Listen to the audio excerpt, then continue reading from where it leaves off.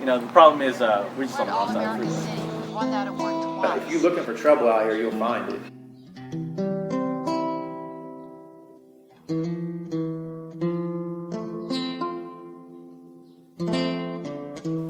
If I succumb to the emotional or psychological trauma of growing up in this community and in this city, I would be insane.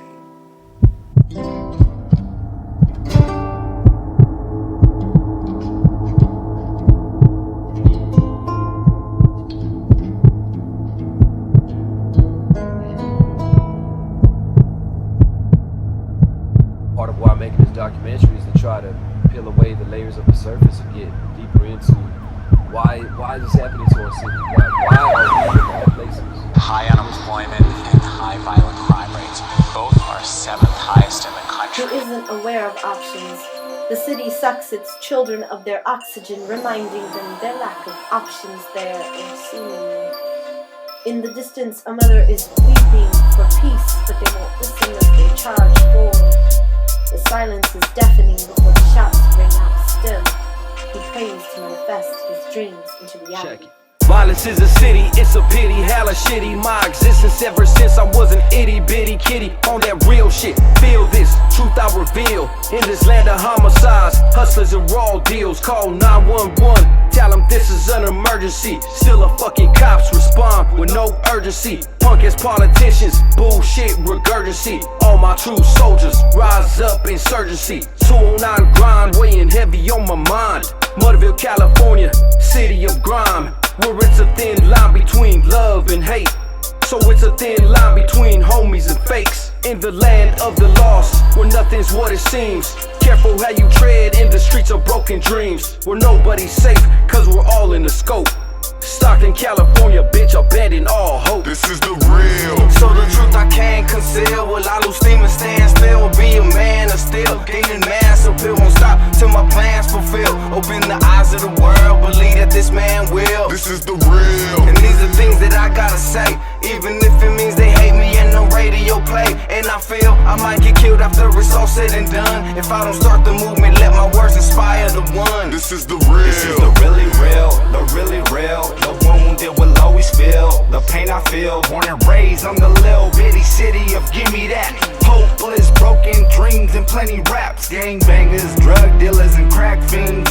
5-0 harassing, searching, flipping in back seats. And I don't know why, but they all play pretend. I don't know why, but that shit don't make no sense. At times it seems the silence is worse than the violence. A monstrosity, a soul asylum. Behind it is the city of Stockton. Living life like we never had no options. The streets is costing my life. Every day is getting put on the line. I ask God, how come we can't live to see past 25? They took a lot of people away from my streets. Free my niggas, the rest will rest This is in the peace. real. So the truth I can't conceal. Will I lose steam and stand still? Be a man of steel. Gaining mass appeal. Won't stop till my plans fulfill. Open the eyes of the world. Believe that this man will. This is the real. Stockton has always held it down. Even if it means they hate me and no radio play. And I feel I might get You have generations of people that are hopeless, that are stuck in this cycle. days that your life is like hell. All the cash that I made is going straight to that bail. That's the price I gotta pay to keep my brother out of jail. Knowing damn well he going back in that same cell. Stockton, 209 is a cold city. Stressing all these blunts I burn out. Time's getting hard. Stockton's always been a violent city. It's always been a place we gotta watch your back. Detectives stay dipping on the mess to not be detected. Yeah, my life. Stockton, there's a lot of violence. It's not alright like a wound that's infected. Living in the hood with straps keep us protected. To get the fuck out would be easily suggested. Shit was never easy. Felt up. Only the strong survive out here. I need it now, so in rap I invested. Fuck if I'm liked, I just wanna be respected.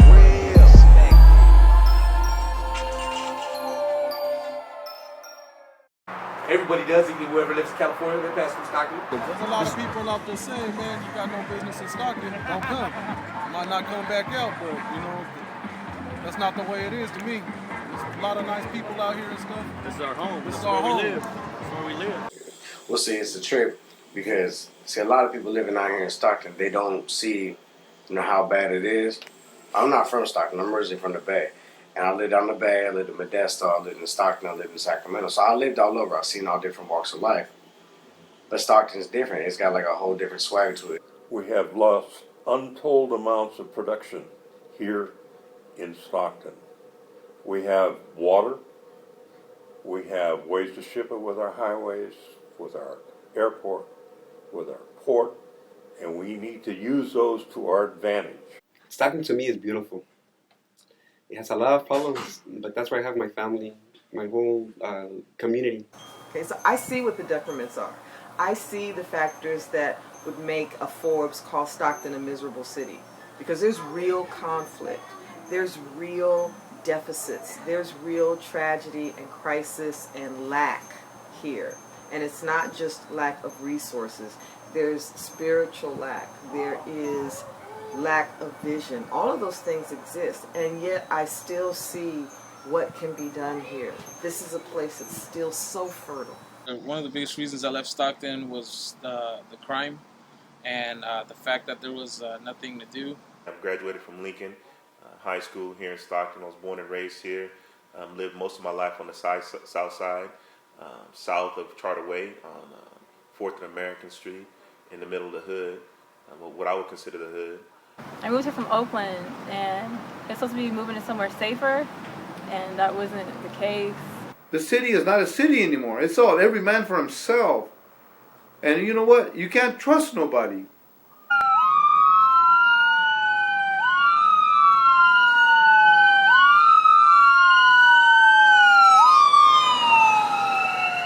Like a lot of cities, it has challenges. For me, the biggest thing coming from a different city is it seemed like Stockton was very segregated. Lifelong resident of the city of Stockton. Sorry about that. It's part of Stockton, man. Yeah, that's it. Those things are running all day long. Stockton is like a hub. You go from here, San Francisco, Oakland, Sacramento, Modesto, Vegas, Reno. It goes both ways. You know, you get a lot from it, but you also are held back a lot from it. To me, it's all hands on deck time for Stockton. We grew up in a generation where they was telling us you're not going to make it past 25 without either being addicted to drugs, having some type of jail or prison sentence on your profile, or you're going to be dead. I'm wearing this shirt today, representing the last friend of mine. It's got my god brother, JJ, the last one that I lost a few weeks ago out here due to another senseless crime. That's how I feel about it, is that the people that are in charge of everything, to me, it looks like they just don't give a shit. But then that's the way the people who putting up that money controls you. He who pays the piper calls the tune. It's Stockton to me is a little country ass city. That if you mind your own business, you can get along.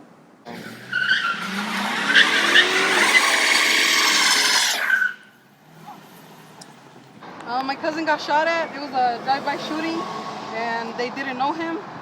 And that same week, in 1 week, 7 people got shot at, and the 7 people died that week. This place, I think, was built on violence. You know, I think Stockton is very rich in people. There can never really be justice on stolen land.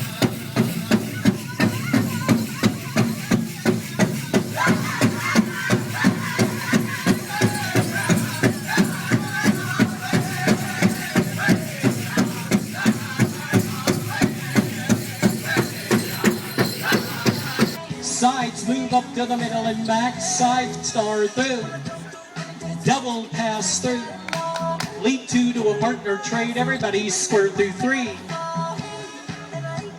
Doing elevator left with a corner made, a run right back to the partner with a regular left, grand go, grand right and left to go, hot dog.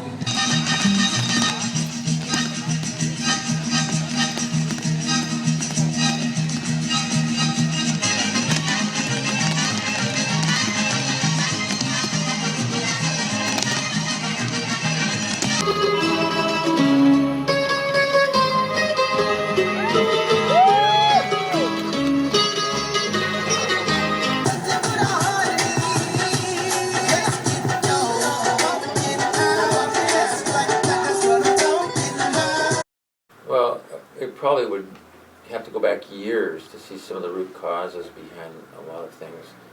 The history of this area and the people, Stockton itself, and its place here in the Great Central Valley, you know what I'm saying? Stockton holds a lot of clout, no doubt, for being a rough and tough place. And yes, this place has an ugly history, but it's actually the city is actually it's cool. It's a beautiful place. It's actually it's nice here. It's a shitty environment. I mean, for the exception of the last night, tat tat tat tat tat, you know, that kind of thing. There is a lot of death that has happened here beyond freaking belief. So they take their gold and come down here and go to the only bank in the West, San Francisco. There's death that's happened here that we have no Probably maybe idea Indian about. massacres. I don't know. I heard there's burial grounds out here. I mean, you know, I don't know. Sometimes this shit feels haunted, you know? I think early on in the city, I think there was a lot of murder, man. There's a lot of bad energy here, and I think a lot of people were killed. There's probably souls, not only Native American, but also just straight up settlers.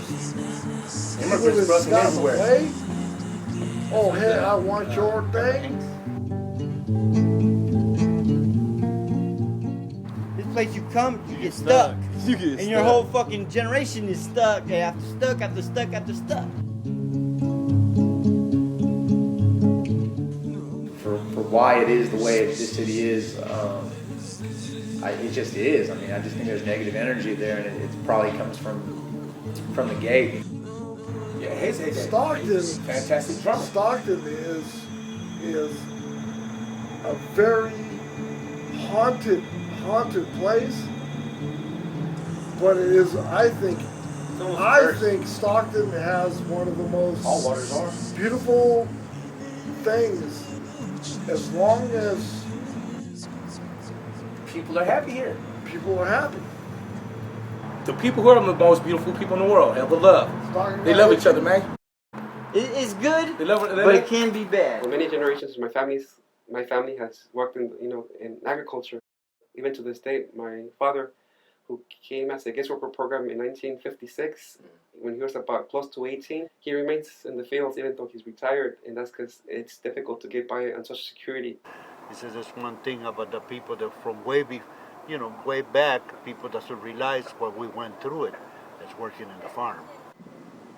Because we came up poor. So I did some of that farm work. And that's a hard market to live. For real. But it's a living. It's a living. It's where you can eat and sleep. Filipino people and the Mexican people were the only ones that used to work in the Delta and kind of the dirt, pit dirt, they called it. Everybody would wear their clothes tied to their necks and their hands here and under your pants, so you wouldn't allow the dirt to go inside of you because you'll be itching for the rest of the night. You know, even if you take a shower, that thing was on you. And now in 2011, there's probably like 1% of the workforce in the U.S. that works in the fields, which is 1%. They feed the whole nation. Without their labor, nothing would work, nothing would run. Yet they continue to experience very low salaries, very devalued pay. They average about $10,000 a year, a family of four, and that's in our times, 2011. That's slave labor. I mean, here we've had many a battle throughout the years. Right now, tomato workers in this area are trying to organize. We had several of them here with us today, joining with us in this march and joining with us here at the rally in front of the courthouse. And this is also where the judge made a decision against Maria Isabel Vasquez Jimenez and the family of Maria Isabel after she died of heat stress.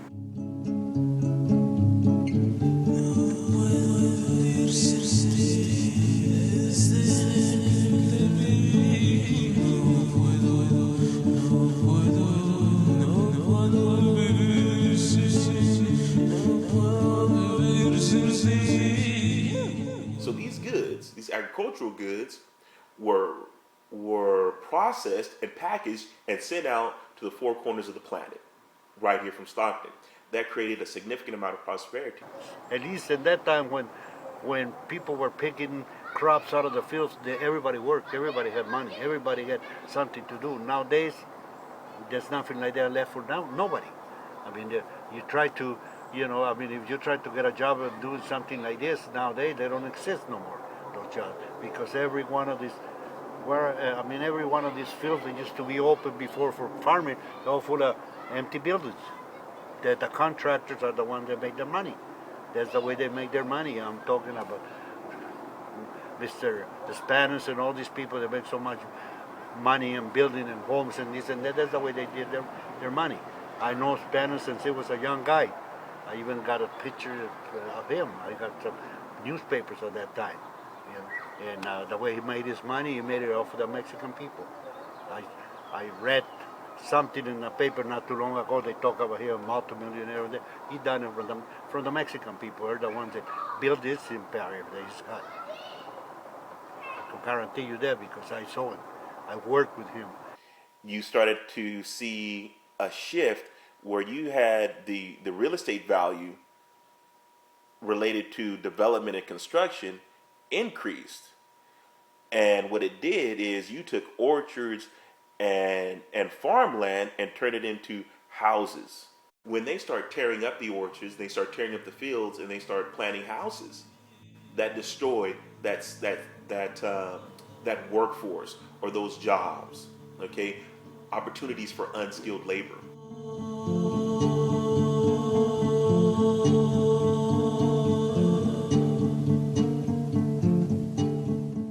My district's been in poverty in 2011, but if you go back 30 years from now, that same district was still in poverty, and I don't think it's an accident that district's mostly Latino and African American. Yeah, when the Braceros were coming into California, this is San Joaquin County, when they were coming this way, they used to bring them over across the fairground. That's where the section of the immigration used to be. You could see they still got some of those bunkers, right? Because it used to be army base there before. Us that used to work in the farm, like me, I work with a farmer. I used to come in the bus and pick up the people, sometimes together with the contractors, and deliver it to the farmers because they order 50 or 100, 100 contratados so they could come and work at the fields. So Mr. Spanish had the contract to go in there and feed these people. And he used to charge them $1 a day to the farmers and $1 a day to the workers. So there was $2 for each one of those farm workers that came in there, and they used to have 25 to 50,000 farm workers coming in there so they could be diverted to different other, farmers or ranchers or contractors. But as long as they were there, they had to be there for a week because they had to wash them and spray them and dust them and put everything in there before they were ready to go to work. They had to go through that thing. He was there feeding them. And I used to see one sandwich made out of peas, so a sandwich made out of pork and beans. If you were lucky, you get a bologna sandwich with cheese. That's what it used to be, what they used to feed them in there. And he had the contract to feed those people. So you could figure 50,000 people a day in there, $2 a piece, how much money you make a day. That's why he bought all these places over here, this other side of the city, where he's got most of his empire at. You could see he's got new homes and new tracts of homes and all that. That was all his. And this is why he's a multimillionaire. That was never put in the front for a Mexican to do. At that time, there was no such thing that you're going to be able to do it, because everything was strictly for the white people. And even today in Stockton, we can see a racial divide. And to this day, Stocktonians kind of take it for granted that if you look to the north, you're on the crossing freeway, you look to the north, you see development, right? You see, or redevelopment, you see things sprouting up. You look to the south, you see neglect, right? We take it for granted, but really, there's something wrong with that. If you're a person of color and you went north of Main Street in the 1920s, 1930s, it wasn't against the law, but you would be coerced. The police would gladly give you a ride back to where we quote unquote belonged. The south side was mostly a brown and black region, and it remained so. It was mostly brown and black. The north side was mostly white. It has become a little bit more diversified, but it's still very clearly segregated. Stockton in 2011 remains very segregated. Well, unfortunately, if you come, down to the south side, you get to see that, we're really in the ghetto. You go up north, and it changes. If you go back to history in Stockton, it's always been that way. On this side of the north side, there was a time when nobody could even rent a house. I've seen when I first came to Stockton, there was areas that blacks only lived in. Blacks didn't live past the Calaveras River. There was a time where I have some houses down the street in Fairview Terrace, they used to call it, that blacks couldn't be even on our deeds. Today it said that blacks and Mexicans couldn't own one of those houses. You couldn't sell one to them. They couldn't even buy it here now. Now it's 98% Hispanic and blacks. Stockton is a city of pockets. It's quilted. It's one of the things that we noticed just in moving here, trying to figure out where to live. There were quote unquote nice areas, and then you drive 2 blocks further and it's like, oh, this is not nice at all. Section 8 done more damage to the black strength and the Hispanic strength than any other program that they come up with. That was the dilute the power and the strength, because we all lived in a certain area. And we thought by getting on Section 8 so we can move out into the more affluent areas with our rent being subsidized, that was really doing something. It was good to be there, nice to be out there, but everything that come from here took the crime out there with them. I was on the city council for 16 and a half years in Stockton. We went from citywide voting, from district voting to citywide voting in order to remove me from the city council, because I was elected 4 different times. I served on the council for 16 and a half years, longer than any other council member in the history of Stockton. And I happened to come from a predominant minority district at that time. We had 9 councilmen in the district. They reduced it to 6 so they could control the council, in which that's why we have the problem that we have in Stockton right now. It is labeled one of the worst most cities in the United States to live in, and that wasn't by choice of the people. We have some of the most worst politicians and unfunctionable people in the United States, but the city is still a good city overall.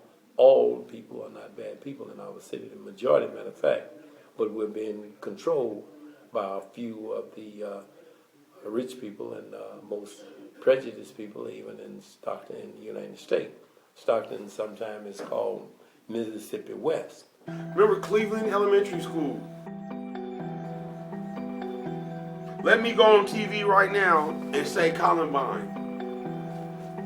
That's all I gotta say. I ain't gotta go into no detail. I just say Columbine. They made a documentary, Bowling for Columbine. But shit, what we gotta be bowling for to get somebody to talk about what happened at Cleveland Elementary? Or was it because those people were considered immigrants and refugees? You feel me? In the Central Valley, it is extremely conservative. The Central Valley, there are places here that would be very comfortable existing in a more conservative state, but here's where we are. And I think that undercurrent definitely exists. I once did a piece saying that Stockton, which loves to pride itself on its diversity, and it is it's ridiculously diverse city, but I think that there are elements of this city that would be much more comfortable being diverse if there weren't so many people of color. The root of that kind of negativity are really, and the lines that we draw in class today are really rooted in race, right? Rooted in race, in the fact that people of color were not allowed north of Main Street, right? That wasn't where you were supposed to be.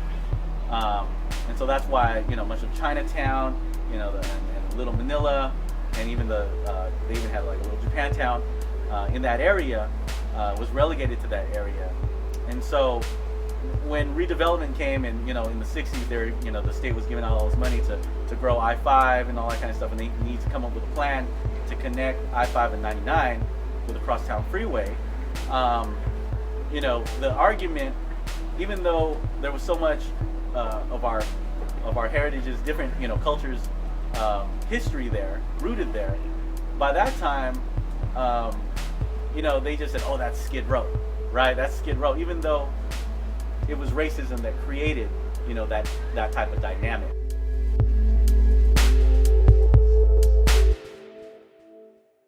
North Side used to be a lot safer, but those kids in the North Side, and I came from a family, those kids in the North Side, they're given a lot of things that the kids down here aren't given. All the resources seems to have gone from the middle town, the downtown area, to up north. A lot of people have that hopeless feeling out here. I turn my verses to a caption, verbals into happiness, dreams into realities, words turn into actions. I refuse to fall and burn into some ashes. All you gotta do is try, so what's the worst that could have happened? This is Stockton right here, man. This is downtown Stockton. Stockton is magnificent. Broke niggas, you gon' end up broke. Yeah, you live by the fire, you gon' end up smoked. I lift my folks and give them hope. This for the ones that's doing bad, struggling, hustling, making moves, all because they never had nothing. I'm a bone and got this twisted planet understood, acting like we don't know what them niggas planted in the hoods, damaging the goods they wanna kill us. In the mid-70s, my family would go to the downtown area, which was about 4 or 5 miles from down south, the south side. It wasn't that far. Now they have to travel 10 miles. Or more to get to the shopping centers. But when I was growing up in the mid-70s, we would go to the downtown, and it was nice and vibrant. We would see people from just different backgrounds, Italian businesses, Filipino businesses, Chinese businesses, Mexican businesses, and it was fun to go downtown. It was very vibrant. The city was segregated, but people would meet in the downtown area. Small businesses, these restaurants that you see open right now, the ones that are surviving, they exist to cater to the employees that work in these offices, working for the county, that come here to pay their tickets, that got court cases they got to come to. Those are the ones that go to lunch. Those are the ones that support this zone called downtown. Without those institutions, there would be no reason for Stockton to have a downtown. And you see that every day. The evidence of that is every day come 4:30, 5 o'clock, when these institutions shut down, you see the city, the downtown area follow suit, and everything shuts down and becomes a ghost town. Change some, to gain some. It takes something more than wishing out here, so be about it. We on the mission out here, cause we about it. You want it, you better make some. Change some, to gain some. It takes something more than wishing out here, so be about it. We on the mission out here, cause we about it.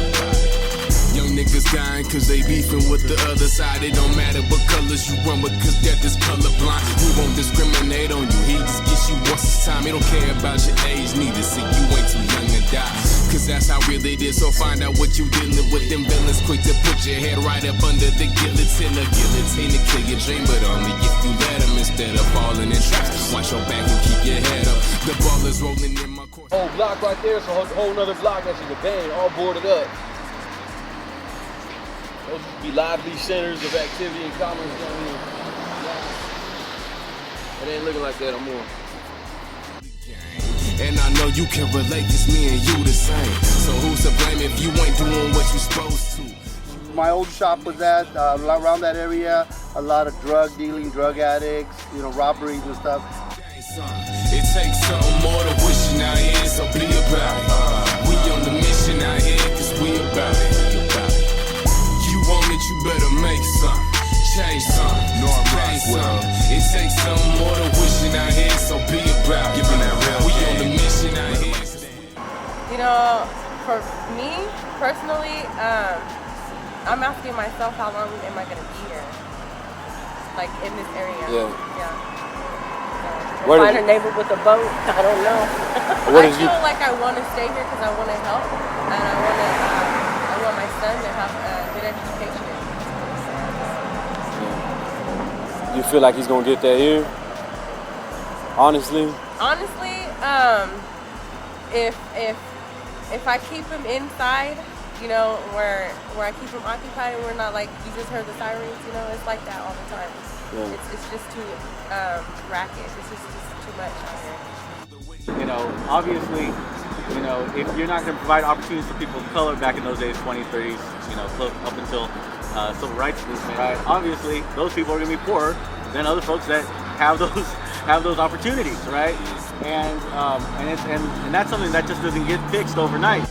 If you know, just kind of stopped and thought about it, and you know, and asked why, like why is it like this? It's supposed to be safe here in the movie theater. They built a new nice area here in downtown Stockton, but it's grimy. I've noticed downtown there's a lot of empty buildings. It's awful how everywhere, every corner you turn, there's homeless people.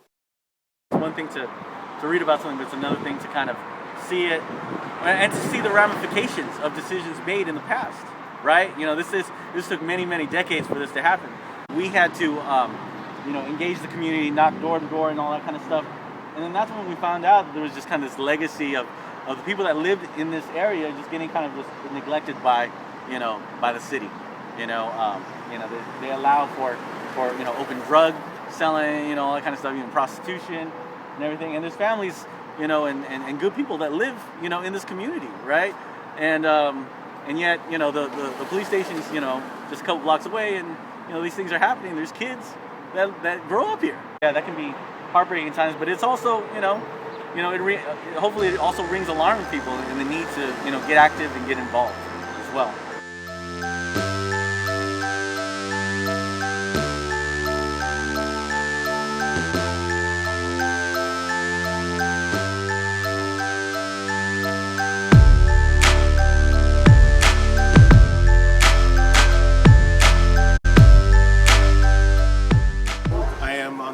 For the Downtown Stockton Alliance.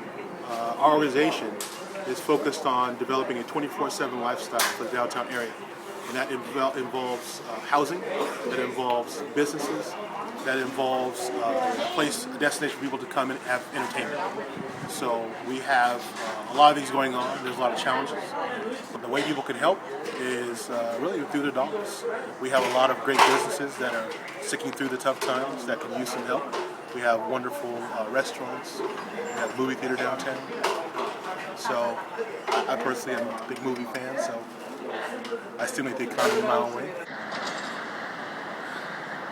If they celebrate like downtown Stockton. I think what we need to do is make sure that we don't have any more problems like we've had with downtown. I always think of the Perigary restaurant, where all the money went somewhere else. Everybody wants their name on something. They take tax money that I pay, and maybe let's say you have a restaurant, they take tax money from you, and now they put a guy in direct competition. That's a $7 million subsidy by the city, paid by the taxpayer. What did all the other restaurants in this town get? You know, my family's business went out of business. It all depends who you know in this town, who you're rubbing elbows with. If these people in the Good Old Boy Network are so smart, then how come is the project losing money?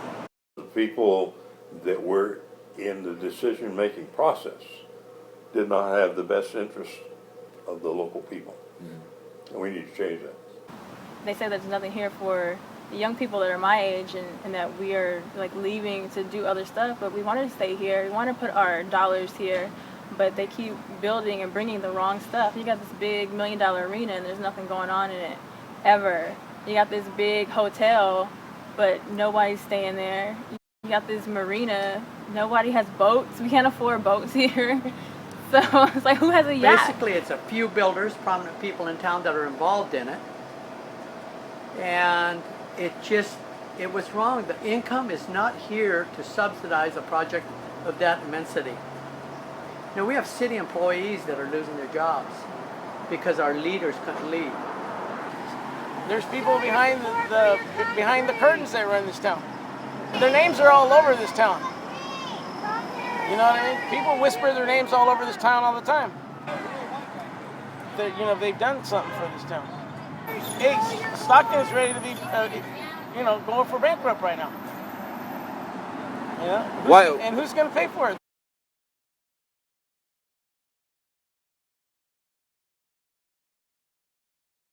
You're gonna pay Neil Diamond $1 million to come and perform and loose money? What's going on between him and Neil Diamond? Facts. It's time to unite. One love. Good vibes. It's dangerous in these streets. So dangerous in these streets. It's dangerous in these streets. So dangerous in these streets. It's getting cold. Bring the good vibes to break the mold. Walking through the waters of the stories untold. I've noticed over the years is not only the how it's getting more crowded and congested, but also how the homelessness, the vice, and everything that goes around here has intensified with it also. It's not like it's getting cleaner, I guess you would say. It's not like they're going and investing into this part of Stockton. It seems that most of the garbage comes here, and it's acceptable as long as it stays in this vicinity. Just the other night, I was out here at the taco truck. I was sitting on Wilson Way at the taco truck, down the street from my house, and I must have counted 10 police cars go by within a matter of 10 minutes. I'm waiting at the taco truck to get my tacos, and it struck me as odd, because if I'm seeing this many police patrolling my streets, my neighborhood, my community, even though I know it's bad, what does that say? Is that it's a designated area, and I just find something wrong with that.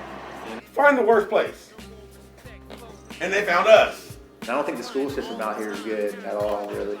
I don't think that they really give a fuck. You can't change somebody's socioeconomic status and change somebody's living status without changing their education. And if we're not putting more funds into helping these people get out of poverty, then crime's going to stay the way it is, and we're going to stay a miserable-ass city.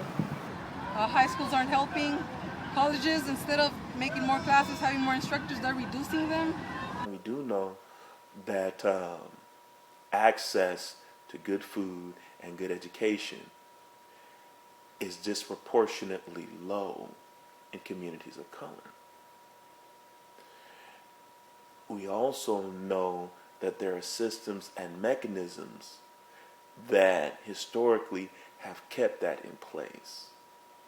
The problem has been that Stockton, I think, remains very agricultural based, and they haven't focused too much on educating the children, the grandchildren of these guest workers who came to the U.S. to support the U.S. in times of need. Today, Chicanas, Latinos in Stockton, in the state also, they constitute the great majority of the students. Over 50% of the students are of Mexican origin or Latino origin. Over 50% at the K through 12. Yet, less than 1 in 10 get a BA, a college degree.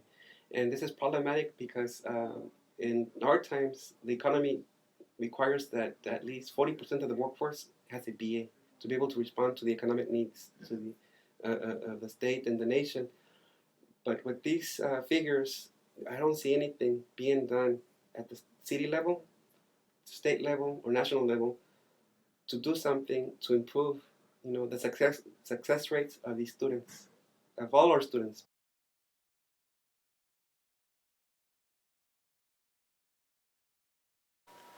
And I know, again, that the propensity to commit crime is related to education. And then I take that a step further. Well, what's happening to the educational system? Well, when I look at the schools in communities of color, I realize that these students are getting dumbed down. They're getting poor education. Luckily, I was in the IB program, but just seeing how I was treated so differently from my friends who weren't in IB, and then looking at our life outcomes now, kind of makes me really upset. It also gives me something to be passionate about and fight for. What are some of those differences?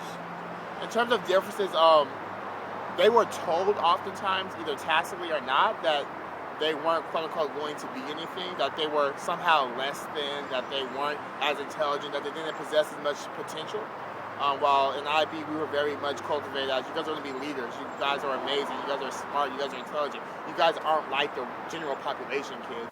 And we know because of the tax base, which is directly related to the type of funding that the schools get, that they're getting poor quality education. So, with this poor quality education and high dropout rate, what are the future of their kids growing up in this community? This is a form of conditioning. You're 31 years old. How many friends do you have that went to college? You got a college degree versus how many friends do you know that's been in prison or in prison? Most of them And are dead. Yeah, I got a lot of friends that are dead and are in prison. A lot of friends, and it's sad. And I could be one of them people.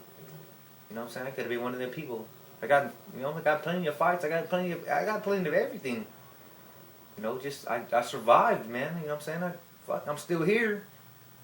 It was very few individuals that I grew up with and around that actually went to college. Along with race, there's been, the issue of resources. The funding of, of regions has been shaped by race and class, of course.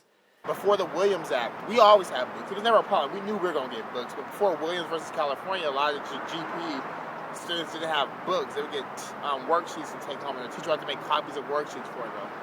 I also thinking just in terms of the outside enrichment activities that were offered. We still have like an IB alumni thing where the college-going IB students would come back and talk to us about college, but their GP didn't have that. So actually 2 years ago, I went back to Franklin and did like some assemblies and some panels, and I made sure they were for the GP kids.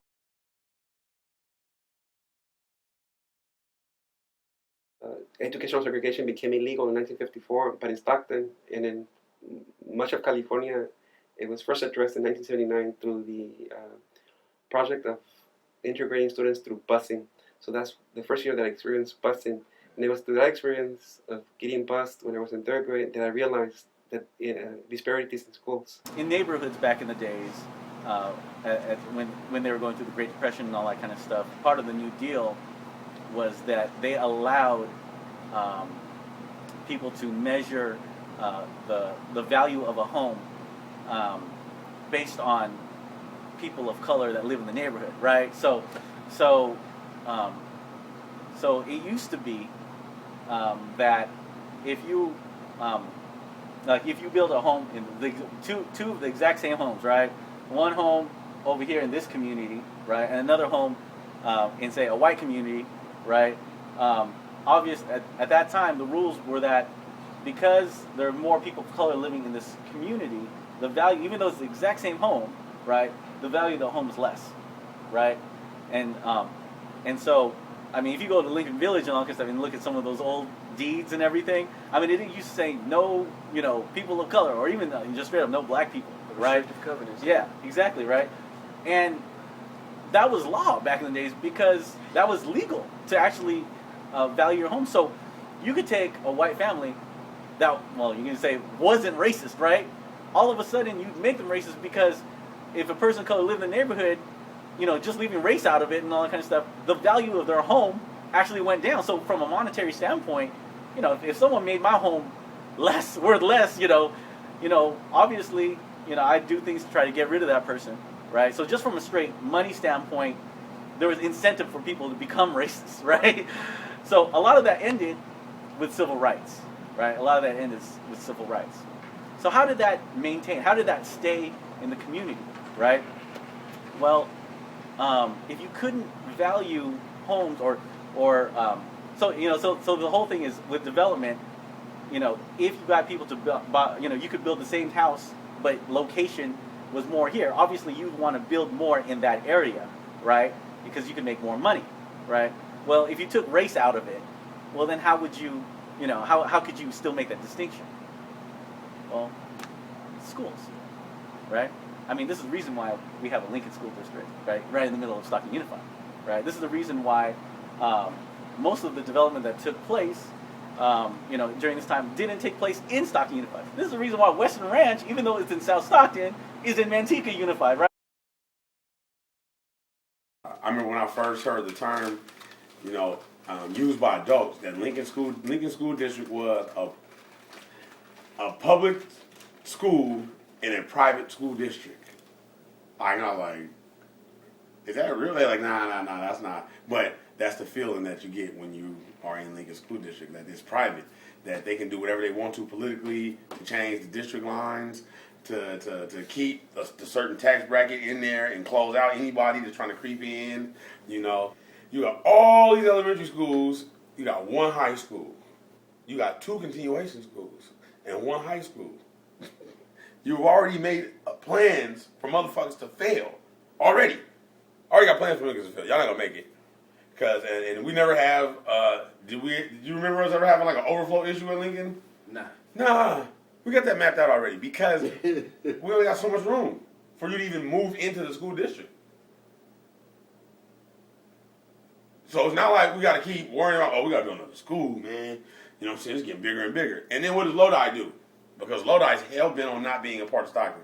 We so hell-bent on it. And this is old school. This is old school racism.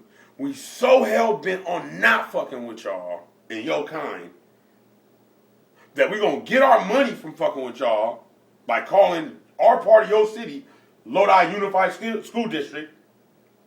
But you motherfuckers all can't be over here. And so, I mean, I believe that there has to be the bad school district. There has to be that bad school district within a community so that when the developer is to build a home, like for example, you know, obviously Western Ranch is nowhere in Manteca, right? It's in Stockton, right? Yet, you know, Manteca Unified runs that, right? I believe that that was a direct decision so that those homes could be sold at a higher value. And so, you know, and that's, you know, sadly, you know, from a purely economic standpoint, that's just capitalism, right? That's just business and all that kind of stuff. But where, you know, but what does that say for us as a community? We went in about 900 to 1,000 students our freshman year. About 300 of those actually graduated. I was one of those that did not graduate. I had to go back an extra year. And so it's even alarming to think that when you look at the individuals that did graduate, how many of them actually went to college and how many of them actually graduated college. We have a lot of families who they send the kids off to school, but it's like that's just where they go for the day. That's the school. If you talk to the schools, there's a very, very low participation by parents. But we have a free educational system. It's kind of silly to me that every one of us aren't trying to take advantage of that and get these kids at a higher education and get the better jobs and what have you. If they're busy in school, they're busy in after-school activities, they're in sports, whatever it might be, there's less likelihood that they're going to be just hanging out and in and out going with the flow of somebody that says, hey, let's go jack this guy. I mean, it's influence against influence. I think they ought to look at my story and see that in spite of me, growing up and going to Mexico 3 months out of the year and working on the farms here in the valley, that I was able to get myself a good education, and that the secret to a better life here is to get a good education. You know, I mean, how many kids do we all even know that live in the city of Stockton that don't even know about UOP being here? You know, I mean, they don't even know. Some of our kids in our collective, they never had a thought about going to college until they got involved with WOW, and then we start talking to them about it. The majority of individuals in places like Lower Stockton, which consists of Central Stockton, the lower half of West Stockton, East Stockton, Southeast Stockton, South Stockton, and parts of Southwest Stockton, you find that the significant and the overwhelming majority of youth, at least the ones that I grew up with at the time, and you can look at it prior to my generation, even looking at the generation now, do not go to college, and a lot of them actually find themselves entrapped in the incarceration system, in the penal system. So it's very common to come across individuals that are much more familiar with discourse around incarceration and the realities that comes with than with individuals that have a discourse or lexicon around going to college and what that entails. So, you know, places like Lower Stockton really struggle with getting individuals into college. If anything, they're real successful at getting individuals into the prison system. And I just couldn't go to school no more because school wasn't paying me. You know what I'm saying? You know, I can go to school for 3-4 years and they still ain't gonna pay me. Yeah. So I had to go to work. One of the things that you have to do when you're trying to keep control of the city like they are is the people you do educate, you don't keep them around. Get them out of here. And that's what's happening. Trying to get a Rolls Royce, living life like I never had no choice. Fuck with me and let's get it how you live. Real ass dude, I'ma tell her how it is. Tell like it is in the city, real gritty. So we on the block and we strap with the ciggy. Don't get out of line if it just ain't in you. Only real niggas know all what I've been through. I went up to college. I did 5 years of college, and it didn't help at all. I can't find a job until now. I'm currently unemployed. Here, I don't have a diploma. I don't have a GED. I don't have nothing, bro. But I try. You know what I'm saying? I apply for jobs, and I just show them what I can do. We had an ethanol company that had a contract and they didn't renew it with San Joaquin County. You know what I'm saying? Because you look into it, that means, man, we need qualified people. You guys can't keep making your people stupid, bro, or we're not bringing no more money here. It ain't because we don't want to do business here. We need you. Look at y'all for it, man. Y'all don't give a fuck. We don't have to worry about we worse than nigga. We might as well be a third world country. We don't give a fuck. Cause I'm trying to make my dreams come alive. Do it for all my niggas inside. Whatever I got, man, I work for it. The economy sucks. People are out of jobs. They're doing what it takes to survive. Criminals out there robbing people, mugging, murdering, and that's just happening all over. One of the problems I know is people, they don't have no job. I'm a smart person. I have degrees. I can't find a job. Like, there ain't no jobs out here. Why do I need education for? I can't find no job anyways. I can just sell dope, make money. It's not like you have any jobs out here, you feel me? So if you ain't got jobs, then how else you get it? You know what I'm saying? If I can't get it, you feel me, I'm gonna go take it. But when there was plenty of jobs, hey, why should I take anything from anybody? So high unemployment is going to breed crime. And how do we combat that? That's hard. We brought that on ourselves, more or less. We've had companies that come and go, and nobody is hanging on to create good jobs here. The owner down the street here at Stockton Wheels, the economy had an effect on him, and he was bankrupt, and his way out was to commit suicide. And if we don't have jobs and we don't have people paying taxes, there's nobody paying attention to our infrastructure. I think the city keeps trying to be in business instead of support local business.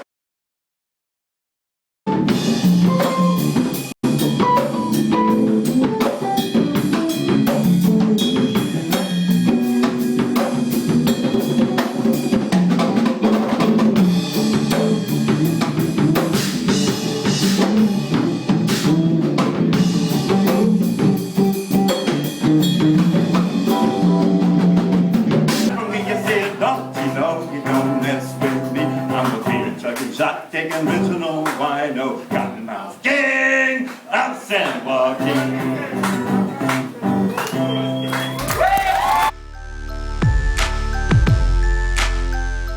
And it's all a fee, and by the time we got the list of every fee, it wasn't feasible to do. We've made laws through our political system that have made it easier for them to go someplace else. And we give them breaks to go and produce something across the pond, as I call it, where they don't pay taxes to fix our economy. We probably made some mistakes thinking that houses were always going to improve cost-wise, but it hasn't happened. And the banks, they got their bailout, but the homeowner didn't get bailed out. They got dumped on. Most people don't even know who Spanos is. The housing bubble burst, and so the more heavily you're invested in housing, the more impact that it had on your community.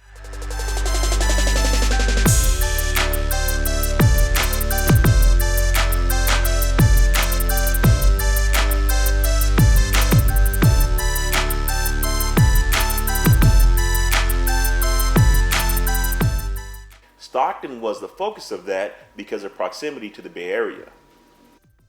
All of a sudden, people that had been renters of apartments could own homes in Tracy, Modesto, and Stockton. Okay, there weren't any jobs for these people in Stockton, Tracy, or Modesto. So what it turned out to be was that people that were in a 2-bedroom apartment in San Francisco, San Jose, Oakland could live in a 4-bedroom house in Stockton, and they would commute from Stockton all the way to Oakland, San Francisco, San Jose, and the Bay Area in general. And Stockton turned out to be a bedroom community for a lot of those families. Because like us, there were a lot of people from the Bay Area coming over the Altamont to live in Stockton because no one could afford to live in the Bay Area. They could work there, they couldn't afford to live there. So there's this huge wave of Bay Area people coming over to buy houses in the Central Valley and settle in Stockton. So it created this little cycle. Okay, we switched from the agricultural-based economy to the construction development-based economy, and then we move into the bedroom economy of people from the Bay Area, Silicon Valley, and the predatory lending that was going on, and that collapse, which resulted in high foreclosure rates.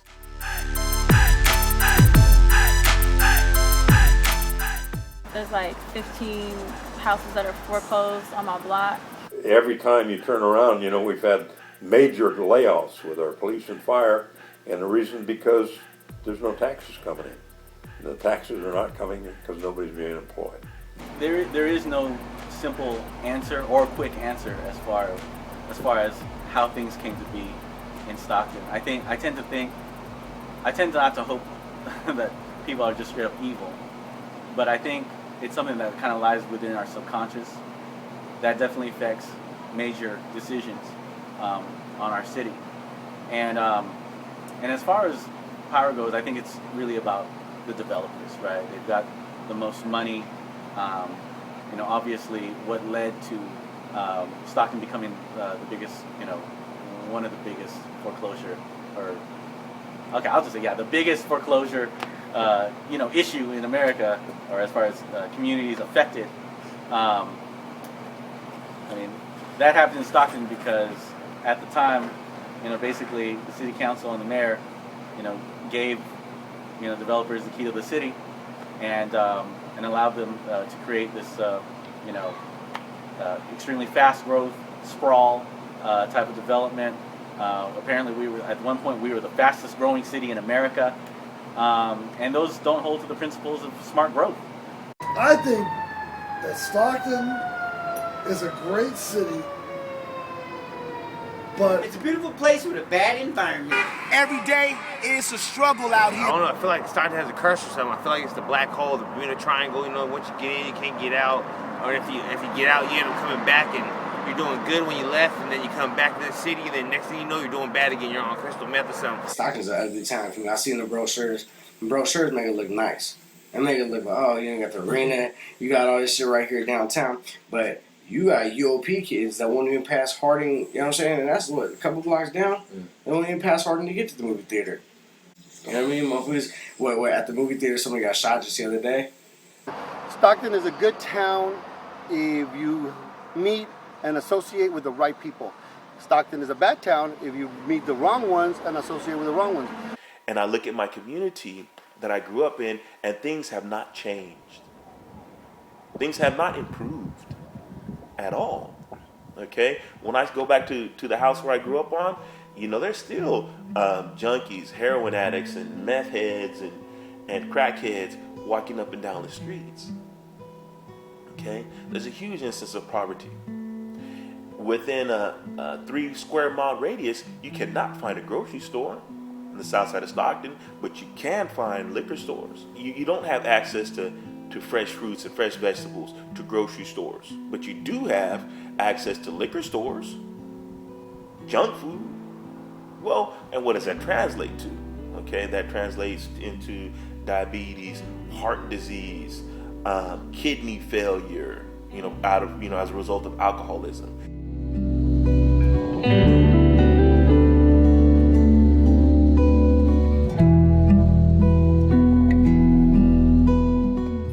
One thing that's for certain on the streets, if someone can take advantage of you, they will.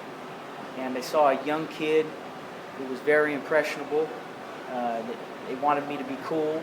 Just, you know, I wanted to be cool, just like the older guys, you know. And these were the big drug dealers. And they, you know, they gave me a handgun, and I used to make deliveries for them over at Weber Park. That was the first time I got arrested. I was 8 years old. 8 years old, got arrested. That's how I landed in Mary Graham Children's Shelter for the second time. It's rough. And then I got like 3 homies within this last year that just got life. My mom had me when she was a teenager. My dad's been in jail my whole life. No one in my family's ever gone to college. My father was in prison. My mother, she partied a whole lot. So it's like we were left there in one flat bedroom, you know, apartment, nothing to do. I've been lower class all my life, you know what I'm saying? Me and I come from parents, you know what I'm saying? They're good parents. They have a lot of love, but they struggle about drugs. That's one thing that I saw when I worked in the welfare system, is it was a generational situation. You know, the mother was on welfare, so then their child ended up being on welfare. They have kids, and those kids are going to be on welfare unless somebody breaks out of that. You used to have, hammer skate, you used to have whimsies, you know what I'm saying? You used to have shit for people, you know what I mean? Shit for people to do. Now everybody's scared to come outside. The kids don't got no place to play. There's no centers. How can the kids go to the center when there's no center? The kids can't go to the park because they get mugged. You know, there's no security. You can't go to the cinema. You go to the cinema, somebody's snatching your purse. It's sad to say that, you know, it's by 5 o'clock it's getting dark, and it's sad that, you know, I have to tell my kids, you know, you can't be out at this time. I mean, not even in the daytime it's safe. When I was a kid, me and my brother and my sisters, we used to all play in the front yard, ride our bikes. You know, it was fine. Even in the dark, it was fine. This neighborhood wasn't so bad. And now, you know, I still live here in the same house. My daughter, I can't have her play outside. I mean, just a couple months ago, there was a shooting, and they were driving by shooting at each other, 2 cars. My daughter was in the living room in the front of the house. I mean, who knows what could have happened? My job is basically to supervise the clerical staff that does the reports. So some of those reports will come across my desk, and in looking at some of them, it's very appalling to see, you know, kind of some of the things that happens to minors in this community. You know, we all go through hard times out here, man. You know what I'm saying? Like, a lot of us has been through a lot of painful things. When the unemployment really became rampant, there was an influx of cases. We were only supposed to deal with about 300 to 320, and that was the max as one worker. But before I left, we were at 400 cases. And now, currently, some of the workers that I know of, they're at 460 cases. These are not just, you know, one person. These are cases. So families. Family can be anywhere of 2 people up to 10 people. And we did that, but through that whole time of learning, they were doing drugs the whole time. You know, they would have parties at nighttime and throw all the kids in a room while they all be out there, you know what I'm saying, sniffing their lines and drinking and partying. That's the way we grew up. So we grew up in Stockton to have no hope in good. Like, basically, like, this is life, this is it, you know what I'm saying? I got kids, you know what I'm saying? So I don't want them growing up in Stockton this way. I've grown up. We're taking out so many things, and that we're good for kids, and we're not replacing them with more things. Here in Stockton, our kids, they face a huge deficit because they don't have things to do for them. Resources and outlets for youth have been slowly chipped away at for either development or lack of resources or lack of funding. There's not a lot of options here for them, and I don't know that that's a priority. You know, it's to maintain options for them. And so their pool of options gets smaller and smaller, but the pool of youth is getting bigger and bigger. It's crazy. Like, I've had a girl walking with a baby stroller down the street, and she came up and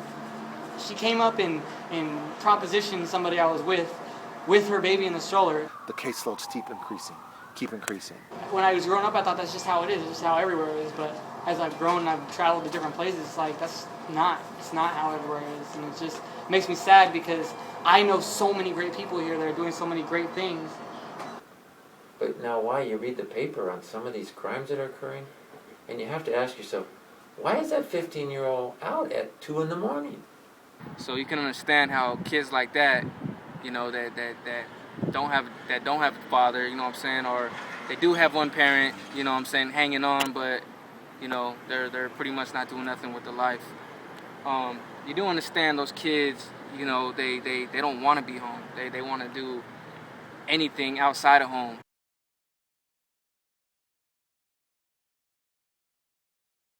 '86, yo, the year I'm conceived. Harsh winters manipulate my earliest memories on these streets. Up to no good high school kid, flipping, selling them Kush bags. Then I put it all on my haikus, kid. Sad views, many things you will see in the early stages of youth. There ain't no fountain provided. You see some girls are loose, but it's wondering me, like I'm stuck on slow-mo. Word to the alternative students, sneaking in their daddy's fofos, but not to blow shit up. It's strictly for protection. A Smith & Wesson, or push them bullies off just for testing. The edge walker, the sled talker, the runaway child roaming these Stockton streets nightly like Death Stalker. But demon Santa and rap circles, yo, all around you. 40s numb the pain, so I down too. Now I'm down to maybe two options: to succeed or decline out of a school. So before you guys enter, read the sign. Caution. John Desert, I'm out. Some of these youngsters have never been outside of Stockton. They've never been outside of the hood. So something as simple as taking them to the snow, taking them fishing, taking them kayaking, and stuff opens a whole new idea, and they suddenly realize, you know, the whole world isn't about just what I've been seeing. If you take one youth who would have become a career criminal or would have shot and killed somebody or something, and they don't do that, then the ripple effect is huge. So it's a long-term seed planting and cultivating and long-term process. We didn't get into the situation we're in now with the guns and the violence and stuff overnight. And it's going to take a long-term committed effort to ever overcome that. And it's going to be one youth at a time. You know, kids nowadays are just running rapid. You know, they don't want to listen to nobody. They want to run the streets. They want to be their own bosses. And they do what they do. I was 13 years old when I had my best friend die in my arms. It was like a brother to me. And the only thing we were doing was sitting at a park one day. There were some other guys playing basketball. The other guys had got into a confrontation. We're sitting and chilling at a park, and then gunshots ring out, and he gets hit in the neck. I'm 13 years old, and I'm traumatized. I have my best friend dying in my arms for no reason whatsoever. And people ask why I'm so angry, and why I'm always mad, and why I ended up the way I am, and why I did the things I've done, and why is the city so fucked up, and it's just, why did the youngsters grow up and have the attitude they are, and why are they all so angry, why are they all so hot-headed? They see their parents struggling, see that there's no jobs for their parents to do, so what are they gonna do? You know what I mean? I've grown, like, I was 13 years old when I dropped out of school and started selling drugs, started running the streets, doing everything I could to make a couple of dollars so I could help my mom out. I had 4 little sisters I had to take care of. They didn't have no dads. I didn't have no dad. My dad's been in and out of prison since I was a baby. They have access to these guns, and you're fascinated with it. And I was fascinated with this gun. I had to have this gun, and my eyes lit up. I didn't even know why. I was 8 years old. All I know is fascinated with the gun, and it gave me a feeling. I felt like part of them, you know, when they gave it to me. And I don't even think they're thinking about it, and I don't think they care, furthermore, because I'm a minor. What happened to me that day I got arrested? I got released to my grandmother. That was the worst that happened to me. I had a loaded gun, and I was delivering drugs to the park. No, you hear that? Yeah. It's a love song. What is Stockton doing? That was by Serenade when I was a kid. It There's put me always a to sleep. siren. If I didn't hear no There's gunshots, I always could go to sleep. gunshot. Gunshots happened last night. Near where I'm living. It's Chinese New Year, man. You know, we have to influence these kids, because if we don't, there's a street out there just waiting for them. And is it right? Absolutely not, the violence they're doing. I can't even justify what they're doing, but I could see where these poor kids over here going, my God, the only way I'm going to get it is if I take it. And the only way I'm going to be somebody is to become part of a gang. 54 deaths or murders were committed in the city of Stockton in 2011. 49 of those were people of color, black and Latino. I have a problem with that. people don't really back down out here, you know what I mean? What have we accomplished? High murder rates, more crime, more violence. We're killing ourselves. It's not safe. Doesn't make no sense. It's awful. Every day, there's not a day that doesn't go by that I hear, somebody died, somebody got shot. Who's next? What's next? I dread every day of my life, somebody in my family, let alone like anybody else, but, it crosses my mind every day. So every day is a struggle. Every day is you kind of got to look over your shoulder. You really don't know what's going to happen. Like, I know a lot of people that got killed, you know what I mean, out here. A lot of people that are in prison forever, The violence is taking place in a context whereby things are stressful for most people in Stockton, especially those who are more working class and minorities who are generally found in the least rewarded occupations. I have stood on this street corner, watching through the years as if planted here like a tree in concrete. The stories I could tell could write an encyclopedia-sized tragedy in the gunpowder on the pavement. If they knew what I'd seen, they'd crown me harder than any OG in this hood. Years ago, the older ones would freestyle with me, and the young enjoyed beautiful summer days with water guns and sprinklers. Innocence is in their eyes as the sunlight bounced off of them. But nowadays, death grows around me more than grass. They used to pretend to be cops and robbers, but those games have become all too real. I don't know when it happened, but someone replaced the water guns with Glocks. The children who used to play on their front lawns during summer now only slip and slide on bloody sidewalks into kitty-sized, pool-sized puddles of shells. The beautiful beatboxing and soul-fueled freestyles from the mouths of promising young talents have been replaced with the ear-stabbing music of screams and gunshots. I watched as cooties turned into STDs, as daughters grew into prostitutes and sons grew into pimps, and cocaine replaced candy as these children grew up.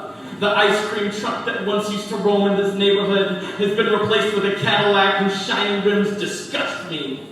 Shined up by meth and whatever other contraband they can get their hands on. They used to walk home from Sunday school singing Bible songs. But those same children would swear today that even God has forsaken this neighborhood, just like the fathers who forsook them. Just like the police who think this neighborhood isn't worth saving because even they're scared to be here. I've seen too much. My face has been painted red from the blood spatter of misguided youth turned into drug dealers as they are struck down in front of me.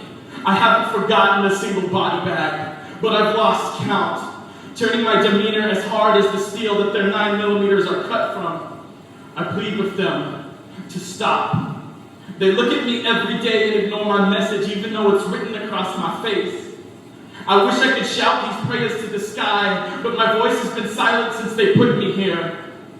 How do they see me but ignore me? My simple one-word message of stop echoes through my skull. The only thing louder is the police sirens that sing me and them to sleep each night. I scream to anyone who will look at me, stop! To the 12-year-old, you've barely hit puberty. Don't let them convince you that that gun is the next stepping stone to manhood. Stop! Stop saluting those bandanas in your back pockets the same way Nazis saluted swastikas. This neighborhood is not yours to cleanse or dominate. Stop! I know that many have abandoned these streets, but I swear, children, the God is weeping over you. Stop! I don't see myself as a prophet, but I've learned enough from those Bible songs that those children sang to me to know that this violence needs to end. Stop! I swear, I'd block these bullets myself and save another child if I could, but I am only a stop sign on this street corner and my steel spine refuses to bend. I'd scream the message if I could, but it remains silently written across my blood-stained face. 3,000-pound beasts of steel at least will slow down to me for fear of death, but a 5.3-gram piece of lead speeds past me to create it. If only they would listen. Maybe someone knew these streets would end up like this. Maybe that's why they put stop signs on street corners. Doesn't seem to be improving, and I recall that the violence when I was growing up was based on intolerance, a culture of intolerance, that I belong here more than you. and I have more entitlements to be in here than you, and that logic remains very normal. We have to recognize that there is a gang influence in this little bitty place that is way out of proportion to the number of youth that are here. And it's way out of proportion to the number of influences that are trying to balance it. That's a real struggle. We got real bullets flying. We got real blood flowing in these streets. And we might want to talk about Stockton is magnificent and it's an all-American city. And maybe it is, because in cities all over America, youth are catching hell. And our kids are catching hell too. That's part of it. Does it make me less optimistic? No, it makes me a realist. And I think that for our youth to begin to turn that around, they've got to see what's possible. What is it about the environment that they're coming up in that makes them want to act out violence toward one another? It's all over dumb shit. I bring my older siblings coming home from elementary school, bleeding, crying, demoralized because they were assaulted, beat up in the housing projects because they were so-called wetbacks, and they were, by other Mexican origin people who felt that they were more entitled to be in here. What defined us as being outsiders was probably the style of dress, being mostly Spanish speakers, and just understanding why was it that we faced so much hostility from other co-ethnicities. People out here seem a little bit more negative. If you look at somebody, they dog you, they want to fight you, and sometimes they even want to kill you just for looks. I had what? My boy, you know what I'm saying? Bam Bam, he got smoked, you feel me? You know what I'm saying? The homie Cameron, he got killed, you feel me? Then my boy Angel, he got killed, you feel me, a couple years back. Angel Garcia, R.I.P. I mean, he got beat to death, you feel me? They threw him out by the tracks, you feel me? No one ever found out who it was. Yeah. You know what I mean? Now get this, right? My boy Cici got murdered, you feel me? This couple was probably, 3 blocks down from here, you feel me, about a week ago? And blood, homie, for me, he was a dude everyone liked, you know what I mean? But it's always over some dumb shit. Like, take for instance, okay, let's say, hypothetically, right, you fuck my bitch or some shit, you know what I'm saying? Now I go and take flight on you, you know what I'm saying? And you go take flight on me, you feel me, next time, you know what I'm saying? And then I'm gonna come back and jump you, you feel me? You gonna come back and jump me, I'm gonna get the pistol, I'm gonna get my boys, one of them go have a pistol. So, now you got, you know what I'm saying? Everyone out here is gangbangers, you know what I'm saying? Even tagging crews, they're killing each other over walls, something stupid, you know what I mean? So, you're not just, you got whole hoods funking, you know what I'm saying? And youngsters, high heads, you feel me, you know what I'm saying, funking, or a bitch. Or because motherfuckers be smoking Chris, you feel me, you know what I'm saying? Or you know what I mean, some stupid shit, you feel me? It's always some hating ass shit, you feel me? The cold part about it is that you don't have motherfuckers really controlling you, you feel me, and pushing in the right direction, you know what I mean? Mm-hmm. You just got youngsters running around hot heads, you feel me, you know what I'm saying? Everybody want to eat and ain't enough money out here, you know what I mean? I think the kids now, in general, they try to take things to a different level. Back in the old days, you used to fight your friend, go to the park, you have a fight, lose a couple of teeth, and then you hug him the next day, and he was your enemy that day, but the next day he's your best friend. Now, the kids nowadays, they want to shoot your mom, they want to shoot your house, they want to slice your tires on your car, and they're not men anymore. We don't have men anymore. All we have is a bunch of cowards. But everybody's a coward now. If you can't face a man and face your fears or whatever, you're not a man. My sister-in-law's cousin, he got his head blown off in broad daylight. You feel me? No, I said no leads, no witness, or nothing. The homie Lola, he died, you feel me, a little while ago. My boy Angel Garcia, he got smoked. Jesse Cruz, he got smoked by the police. Angelique, Fernando, Saul, Patricia, who else? Little Man. Oh, and then Jesse's dad, OG, Benny. He was hella cool. Those good folks right there. He's someone close to me. Out here, they're trying to prove themselves. Since there's nothing out here for them to prove, there really isn't nothing out here to prove for themselves. The next thing is quote unquote respect and just prove themselves. Who's the baddest and who, puts in work, or who's the baddest basically. Oh, I'm better than you, and that's how I think a lot of people's mentalities out here. Don't get me wrong, I was always in gangs and always did my thing, but when it's time to get out of the gang, I got out. You know what I'm saying? It's time for me to move on, raise my family, and do what I have to do. You know what I'm saying? But these kids nowadays, they don't want to do that. You know what I'm saying? They just want to live the fast life. They want to make the money. They want to make the cars. They want to make everything out there. You know what I'm saying? They want to do all that. They're moving too fast. You know what I'm saying? And that's why people get killed. Because you're taking people's property. You want to steal from people. You want to do things to people. And you know what I'm saying? You ain't going to survive in Stockton. Trust me, anywhere else. Last year, my cousin got murdered in Box Track. This year, we're doing a car wash right now for a friend that got stabbed. It's getting worse. It has been violent. It stopped for a minute, and then it went back to getting just worse. Like today, we're going to have a memorial this week. And last year, my friend died. Her boyfriend died. And a lot of people that we know have been dying every year just because of just violent crimes. They don't even know them for no reason. They just get killed for no reason. And I'm just afraid because of my loved ones, more cousins. I don't want more cousins dying, more uncles, or, you know, especially my brothers, my little brothers. I don't want them to get shot at because they don't want to join a gang, or because just for no reason, just getting shot at. Drive-by shootings happen almost every week. It's really became kind of crazy out here that so many people have died this year and in years prior, but this year has been like extra extraordinary.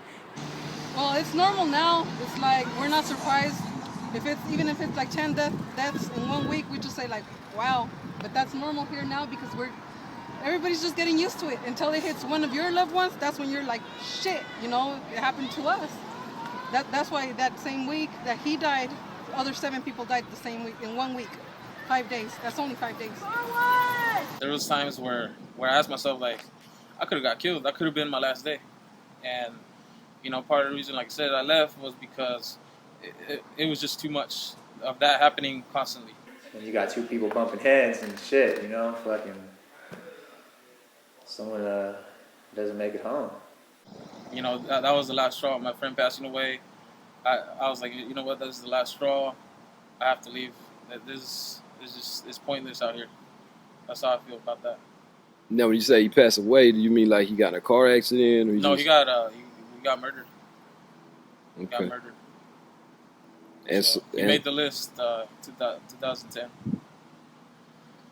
This is where we're kind of trapped. What is the value of human life? You know, I think we got a lot of knuckleheads running around there that don't understand that value. And it's a very profound value to me. My mother, when she was attacked over $40. And I'm going to tell you today, now sitting here, educated, career, wife, kids, home, everything. You know, I go out to dinner with my family. It isn't very uncommon for me to whip out a plastic card and spend $60 to $80 on dinner. And don't think that it doesn't cross my mind every time I put money down.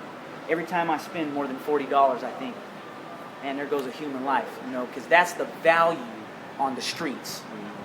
We value life. I mean, we get that. You know, we grew up, we understand the value of human life.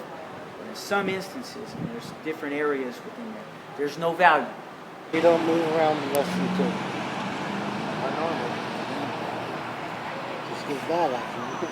And where is it safer outside City Hall? Well, yeah. I'm not joking, dude. Check it out. I carry it at all times, no matter where I go. He carries one. We all carry some kind of form of self-defense. I mean, we have to. We have to. That's mine. That's it. That's wrong. I guarantee you that not more than 25% of the crime that's committed in this town is reported. People are afraid.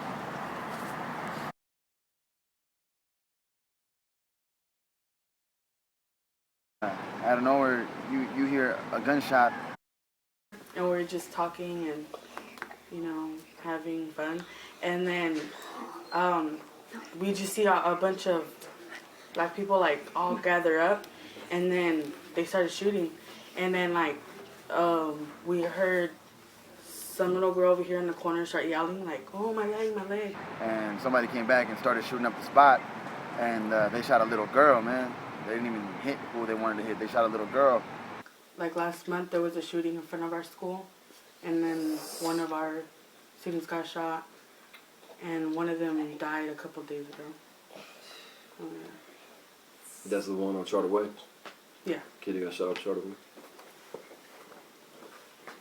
And this is supposed to be a good area where families come and, you know, have fun, enjoy their time. I was born and raised in San Jose, and then I moved out here, and it was just a whole different lifestyle. Like, out there, there's hood too, but it's not like here. Here, everybody's mugs, kills each other, just, it's crazy. Sometimes people that get killed, you know, are killers themselves, man, and some of them people are not the best people either, too, you know, in this world, you know what I mean? So it's not like, you know, I don't know how to view it.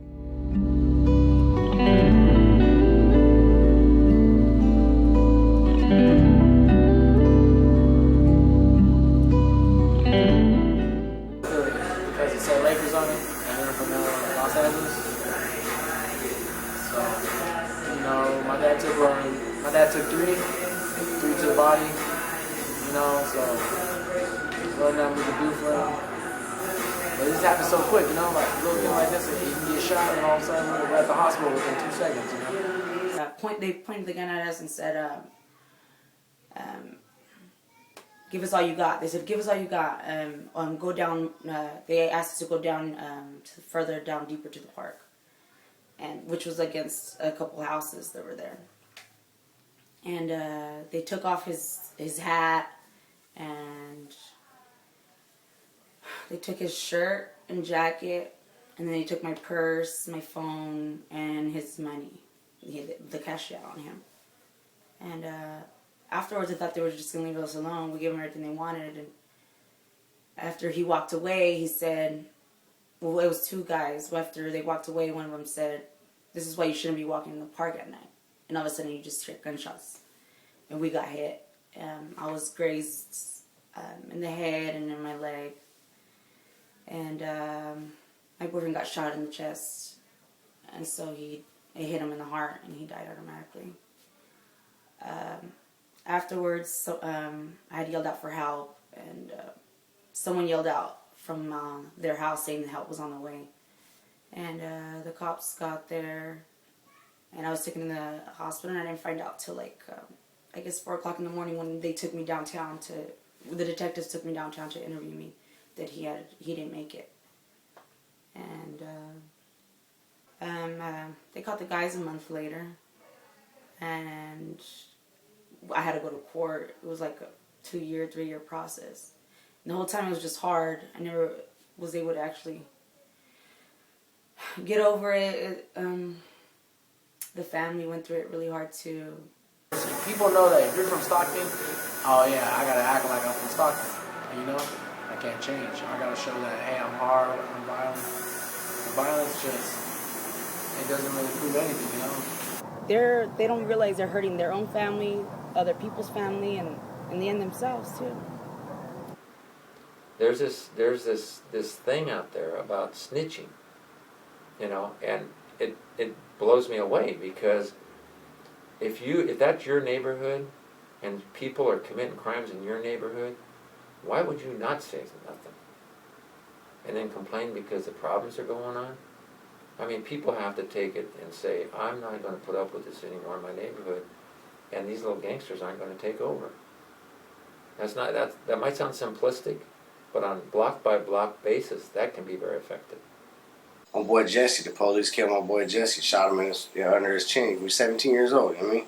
Over a toy gun, and the mom told him it was a toy gun, you know what I mean? So there's always some funny shit going on in Stockton. Not everybody want to turn to the police, because the police don't do shit. All they really do is kind of help the problem. Because they let go of so many officers. Instead of getting more officers on the streets, maybe the violence wouldn't be so bad.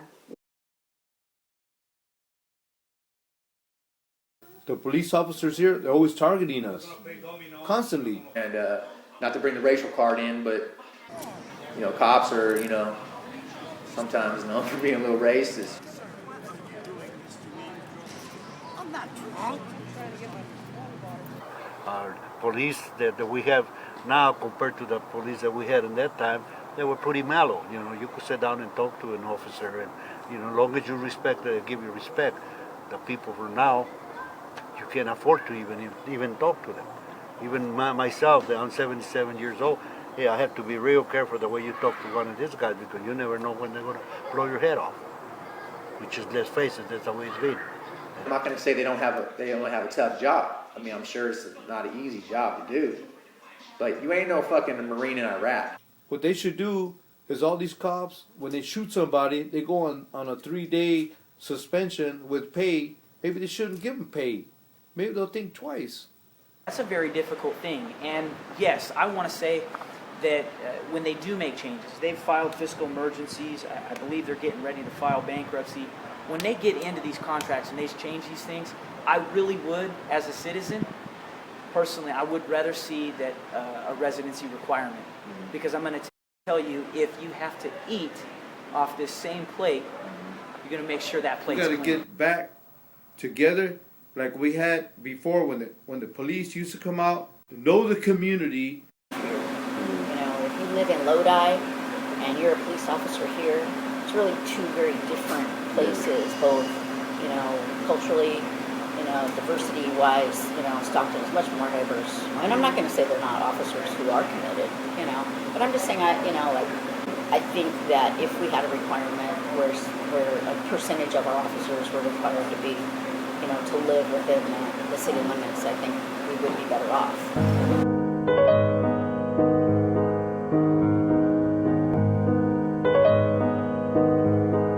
Watch me flex, contemplation of suicide. Step in front of the music, I guarantee death. Just stand in the middle of the road. You can never find the map in your mind, cause you're blind. So look straight, the last thing you see is light. Going down without a fight is ridiculous. They probably want to believe they're fighting fire with fire, but they're doing more harm than good because people don't respect them now. People don't want to call them. And you know, I hear that from other business owners too. It is a bit of a struggle. You know, it's more of a, you know, I'm kind of afraid to call the police because I don't really know what their reaction is going to be. I think that a lot of people are turned off by the fact that they're scared of the police, you know, and I think some people have reason to be scared of the police. I think there's people that are more scared of the police than they're scared of gangbangers. You know, then they're scared of people that they're you know, in gangs. You know, that's fucking crazy. That's saying something. You know what I mean? You're more scared of the cops than that. You know. So what did they get to earn that reputation? And now I realize why if you get your ass beat out here as a black man, why ain't no Reverend Al Sharpton even trying to fuck with you. Or use a sucker, prosecute Bush or Obama, use a buster. On a 209 grind, we ain't hard to find. Exercise your mind or get left behind. Enemy lines in the schools of hard knocks. If it ain't the robber gangs, the crooked ass cops, step the fuck down and you. Those three particular officers showed no respect and murdered our son. And we are here to stand up and speak for our son and speak for other people like the brother was shot by Manteca police in the face several times. His name was Ernest. It's a long fight. The Caravan for Justice, as Brother Motek said, we've been doing this a couple of years now. They thought it was over because it receded, but that was a strategic, tactical move.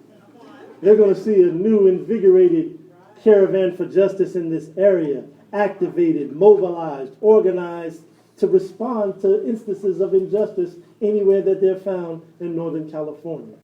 When many may shy away from this because it's not politically correct and it may get you in trouble with the mayor, may get you in trouble with the council, may get you in trouble with the business community, or it may be grant season and you want to make sure you get your funding. So you stay away from the Rivera family. You stay away from the families of those who are victims crying out for justice because that's a hot button issue that's going to make you face to face challenging the police. But the police have to be challenged. When you do your job well, that's a good thing. We pay you to do that. That's why we pay you, to do your job. So you don't need praise. The praise is that check you cash from taxpayer money. That's the praise. But when you don't do your job right, we have a right to question you. We have a right to hold you accountable. And they are not above the law. We're down 100 or more. Sometimes there's only 3 officers north of Harding Way in Stockton. The entire city, 3. They call it Code Blue or something like that. I don't know. And right now in the city of Stockton, if you're a criminal, it's good to do business. There was a particular incident maybe 2 or 3 weeks after my neighbor was murdered. My neighbor is an elderly woman. She's there by herself. I saw somebody go down her driveway. I called the police. I was told that the police would not come because it was Code Blue? Code Blue, I think they said. It was Code Blue. We don't have enough officers on the street to respond to calls like this. I felt really helpless right then. Like I felt like there was nobody to protect me. And there was nobody to protect my kid. I'm pretty sure we had to pass this measure, 0.25% sales tax. What are we paying, 9% sales tax? Yeah, almost 10%. Took 100 police officers off the street and put our fire engines down to 3 guys. But aren't we paying the same tax? They took taxpayer dollars and ran the city into the ground. Who calls the cops on these guys? You know, why is there such a resistance to new and or progressive ideas? Well, I would just think that the people who are in charge are totally out of touch. They don't know what's going on in the city. They don't hear the gunshots at night, because I do. There is a major disconnect there. Who benefits from knowing, and we think Forbes magazine, what readers benefit from knowing that Stockton is the most miserable place in the United States of America? Well, shit, the cops, they trying to get more money. They're saying we need it because of the violence. Who else? The bank. If a whole entire city has been gentrified, how cheap is the city? They all, guess what? Stockton almost bankrupt. Oh, what? Hey, bro. It's a whole city on a port with train tracks that run all through it. That's for sale, brother. Because in this society, crime pays. People are getting paid. Not the poor people that they want to blame, but systems and institutions are getting paid. And the worst part about it is they get away with it because we think once we elect somebody, that's it. And they're going to do the right thing. These families have a representative that represents their community. Why aren't they here today? It's because we allow them to get caught up so that the rich people can buy your representatives, buy your leaders, buy your organizations. So when it comes time to challenge the laws, challenge those who do injustice, we find people silent. Their voices are muted. They don't have the courage anymore.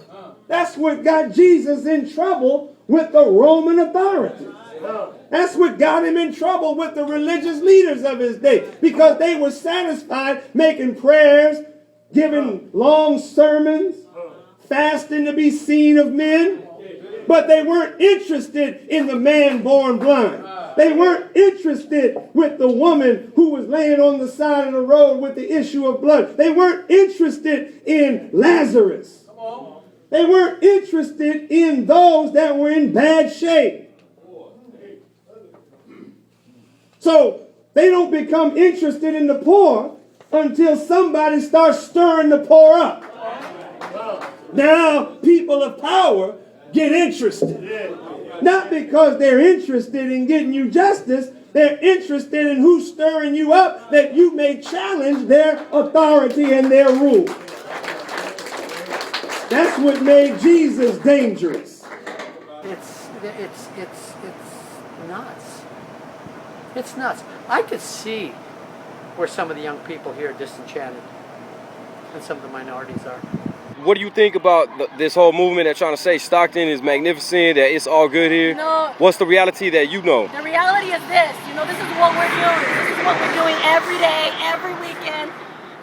There's people being shot for no reason. There's people being stabbed, killed. This is what we're doing. I buried my boyfriend last year. I buried my friend's cousin last year. You know, it's just not right. This has to stop. The progress, I think the city, the mayor need to do just a little bit more. Interact with us. Have them come over here and see how hard this is to lose somebody for no reason.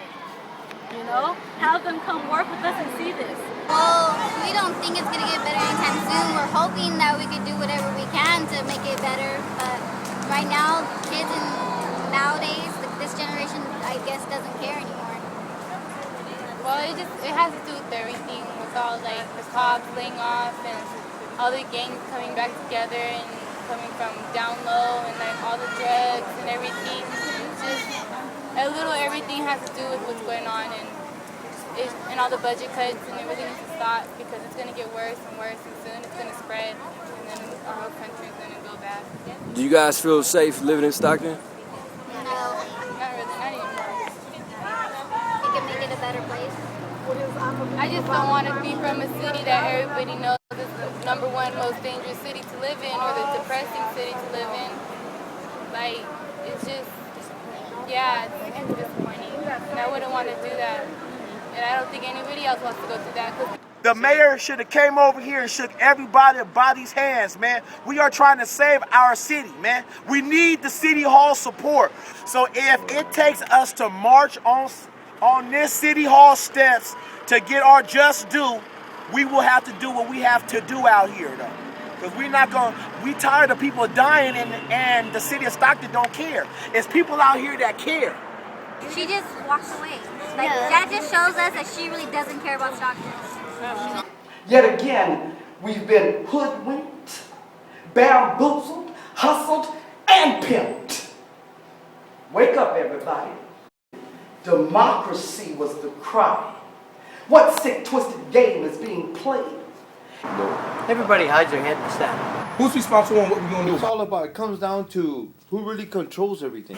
What they do is within their comfort zone from what I see, and I think a lot of it stems because a lot of the people that are in those positions are just too comfortable. If a group of people have always been in power, or continue to be power, they're going to hook up their own. You know what I'm saying? And, and as far as power in Stockton, it's really about the developments. That's why I keep saying the policy-making process should be more inclusive and more representative. So everyone on city council doesn't need to be black. Everyone on city council doesn't need to be Latino. Everybody on city council doesn't need to be Filipino. But everyone on city council with city manager making decisions also does not need to be white. This Stockton City Council certainly becomes that. It is supposed to be we the people, not we the council, not me the mayor, not me the manager, not we the rich. A handful of people with money to burn is not the voice of Stockton's majority. That money would have been better spent on the youth who need books or instruments that they can't afford to play. Who's really in charge around this camp, Miss Mayor? You are totally wrong if you think the citizens of Stockton are going to bow down to the masters of their own fate. Who do you think you're fooling? It's pimping at its best. Citizens of Stockton, California are being prostituted by elected city officials, the chief of police, and the city manager. Thank you, Ms. Boyd. Your time is Who do you up. think you're fooling? Told us in the face and said, we hear you loud and clear. We can't do this. It's wrong. And then you turn around and you backdoor us, and you do the very thing you said you weren't going to do. This isn't about the chief. This is about the money that you're spending. It's ridiculous. So my question is to you, what is the value of your word? You look us in the eye, you tell us something, and then you turn around and you go behind closed doors, and you do whatever it is you intended on doing in the first place. That leads me to draw a conclusion that you guys are being directed by something, or maybe someone, other than the public. Born here, and I'm gonna die here. And I don't like what they say about this is my town, you know? And I got no problem with talking things out. People need to come together, everybody. And don't tell me you can't do anything about it, or your vote don't count. Yes, it does. And I want to see some changes in this town before I die. Lived here all my life.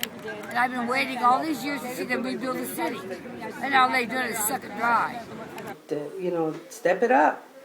Do something for the community and not just, you know, in the upper class side of town, it's everywhere.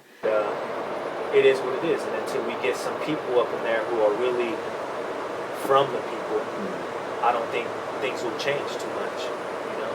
And that's a whole journey in itself, is getting real people up in there who come from the places that need help. As long as it's from the outside looking in, they're never going to have the same perspective. So this is Charter Way. It was recently renamed Martin Luther King. I refuse to call it Martin Luther King Boulevard because to me that's a disrespect to a man who stood up for dignity and justice in a place where there is so much lack of justice. And so on this street is a mile long. There are over 20 places where you can buy alcohol. Edison High School is located along this strip, one of the most troubled schools in Stockton. And that's a perfect example of the convergence between local government, city ordinances, the people who are in control and make those decisions with the community that it affects. If you want to have a liquor store, you can't just put a liquor store wherever you want. You have to apply for a liquor license. So this place was zoned this way. There's nowhere else in the city that looks like this, even close. And so that's something that we have to look at and hold our elected officials accountable. But at the very same time, we need to look in the mirror and hold ourselves accountable. Because we're the ones supporting all these liquor stores. Latino liquors, where the beer's cheaper than water, cheaper than milk, cheaper than orange juice. We're the ones that keep them in business. I guarantee you, Latino liquors, Paisano liquors, ain't no Mexicans working in there. That's on us. We got to take accountability for that. And it's coming out of Stockton, California. You only get one warning. When you see them blue collars, you already know what's going on. We get it poppin'. Concrete smells, old rusty nails, new county jails. This is Mudville. The man says, I have a dream, but we got dream too. All these cars probably, were just normal cars at one time. We painted them, juiced them, put some rims on it. Fed over 600 people today. Kind of, because everybody basically throws picnics, throw car shows and stuff. We thought we'd do something different, get back to the community that where we started from, where we came from, you know what I mean? And Stockton, most of us came up, you know what I'm saying? Some of us had good lives, some of us had bad lives. But you know what I'm saying? Instead of taking all this negative stuff out there and trying to go out there and do stupid stuff, man, you can just do something real positive like what we're doing. We're out here feeding the homeless out of our pocket, you know what I mean? So, I mean, anyone can be positive, you just got to take that extra step. You know what I'm saying? Exactly. It's hard out here in these streets of Stockton, man. You know how it is. For the people who have it good still, a little bit, I think they should give back as much as they can and try to uprise people and try to give them a good morale. Like, try to give them not to get let down by how society is right now, how it is with crime and then the economy, not having a job and stuff like that. Just giving everybody support because everyone needs it every once in a while, including myself. Everyone needs it, especially family. Family's like number one to me, and that's the number one thing it should be. Family and doing for your community. Everybody needs to do their part. I'm out here doing mine. It doesn't really matter how you do it. Any little bit counts. Government's not going to help us. Police is not going to help us. We got to do what we can. Everybody has to do their part for it to work.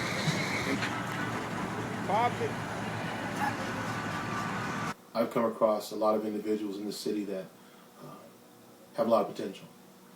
And if there was opportunity for them to capitalize on that through education, through employment, that's something that I'd like to continue to be a part of. The Rescue Mission has aspects that deal with life skills and getting people back in education. We had a client came in 3 years ago from being incarcerated and just needed one more chance to have someone help him and assist him. So he came to us, we partnered with him, got him involved in getting his education back on track. He went to Delta College, got an A degree in 3 different subjects, got accepted to 20 plus universities and colleges. But he wanted to stay close to where his sobriety and his recovery was happening, so he chose the University of the Pacific, which is in Stockton. So that to me is probably the perfect example of the partnership of different agencies and businesses and organizations of goodwill to partner together to make sure that someone who wants an opportunity can have that opportunity. Gathered today, not because somebody was recently slain, but because people are trying to do something about it. And Lord, we ask that you would take our humble efforts, whether it's passing out flyers or making a documentary or going door to door, that Lord, you would use whatever we offer up to solve these crimes, to bring about justice, and Lord, mainly, just so that nobody else has to die. My son Aaron was killed while we were at leaving the park, Lewis Park. We were approached by gang members as we were at the park having a barbecue, and we were asked to leave. To turn out there was 2 rival gang members that had problems with each other. The guys that approached us, there was 4 of them, and they all had guns, 1 MAC-10, 3 9mm. As they all took out their guns, I took off to get my kids to safety. As I was leaving, the bullet went through my car door, through my arm here, and my son, it went into him, hit him under his arm and killed him instantly. My daughters were also in the car. They were 8 and 10 at the time. They were ducking in the back seat, and as we drove a little bit further, I realized I was shot, and I told my son and my daughters to get down because I was hit, and shortly after that, my son said, I think I'm hit too. So I drove him to the hospital where he was pronounced dead at Dameron Hospital. 4 individuals were caught for his murder. 2 of them are doing life in prison, 1 26-year and 1 33-year sentence.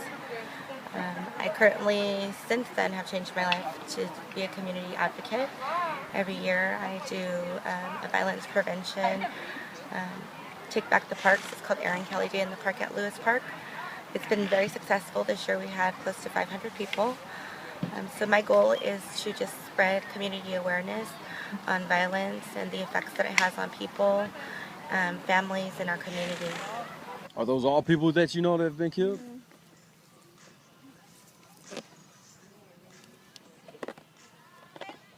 We're here.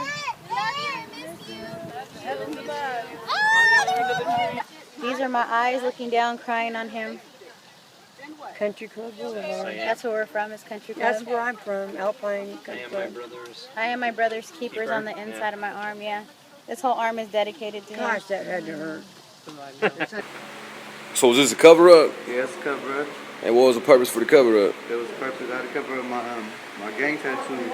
The situation going on right now with my daughter, where on paper I don't look too good on paper, you know. So I gotta show to the court, show them that I'm really trying to do something so I can take care of my daughter, you know. Trying to make me like a bad person, really I'm not though. It's gonna show how much I love my daughter right here though. That's what I'm doing for her. How old are you right now? I'm 20 years old, bro. How old were you when you got your gang affiliated tattoo? 17. I mean, the gang is cool and everything, but now when it comes to stuff like that, man, you gotta do what you gotta do. I got my friends and I got my family. My daughter's my family, so I do this with my family. Would you have any advice for any other youngsters? Like maybe let them know, you know, just wait it out, bro. I mean, what you thinking right now ain't the same as what you was thinking 3 years ago. I mean, just don't move too fast. You know, if you move too fast, you make bad decisions. Just do what you gotta do first before anything else. Get education, do all that stuff. Don't be in the streets. It's not the thing to do. Especially not in Stockton.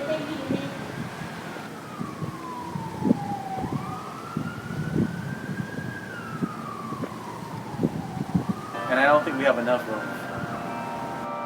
I think because so much crime and so much violence take place, I mean, we've been able to shield ourselves and just say, I'm not going to let that emotionally hurt me, because if I was like that, I'd be an emotional wreck every single day. Man, if we only allowed our hearts to open that, you know, then maybe, you know, we take action. I think it's, you know, I tend to think like, you know, what happened with in New Orleans with Hurricane Katrina. Obviously, you see that and you're like, damn, that's crazy, right? Obviously, a community can come together. To a certain degree, I mean, you know, physically, our neighborhoods are not underwater and all that kind of stuff.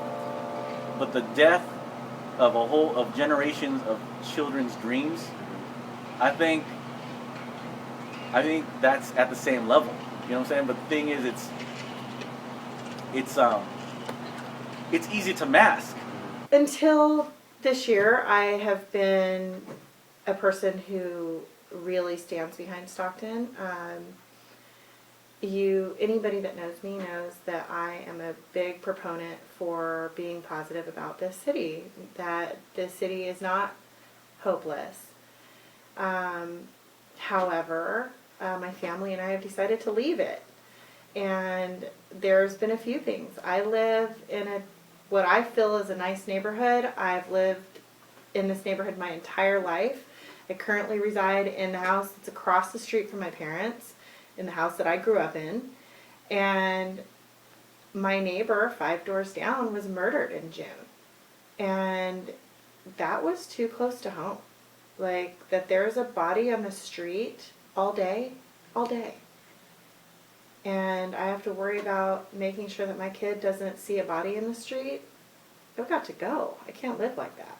Because everything is a domino effect. You know, if the poverty line is where it's at, then the crime's going to go up because people are going to commit crimes to try to stay alive, to try to survive. So it's going to be this, constant, situation where it's almost like we're in a rut. And until we come out of that rut, because I was told by a wise person that a rut is basically a grave with both ends kicked out. And it's like Stockton is in a grave right now. We're in a rut. And if we can get ourselves out and really start moving towards where we can start living again, then I think we can see ourselves in a better situation. But I think the main thing is going to take us the community really pulling together. What do you see as a young Chicano living in Stockton as far as what the future holds for you? Here in Stockton, not a goddamn thing. Okay. But right now, I got the opportunity for me to stack some bread, for me to do something, you know what I mean? With some cool people, you feel me? Good ass folks, and gave me a chance. Not everybody gets that chance. It's kind of like a hit and miss type of thing. It's like finding a needle in a haystack. Yeah. Sometimes you get it, sometimes you don't. The thing is that if you really want to expand, you want to do something, life ain't for you out here. You know what I'm saying? You end up in a hospital, you end up in jail, nigga, you'll end up dead, you feel me? Or you'll end up out of Stockton. Yeah. Ain't no success out here. Regardless, the people of Stockton go hard. We do have successes. We like to win them all. We know we can. So we get as many as we can. It's like Mother Teresa said. She said, do as much as you can for as many as you can for as long as you can. And that's one of the things that I attribute to Stockton and the communities that I grew up in. Yes, there are many troubled communities and many troubled families, many troubled homes, many troubled youth. But Stockton produces successful Stocktonians are strong and resilient people.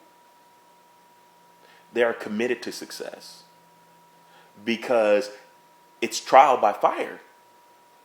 If you can make it in Stockton, if you can succeed in Stockton academically, you can succeed anywhere, because this is like a black hole that will suck you in emotionally, psychologically, academically, and keep you trapped here in a state of hopelessness. Statistic-wise, I'm supposed to be either dead or in jail, but I have a beautiful future based on the fact that I chose to have my own future and not let circumstances or situations ultimately affect my outcome. So I think if growing up here in Stockton has taught me one thing, it has taught me how to persevere. Growing up here, you have to. There's no options.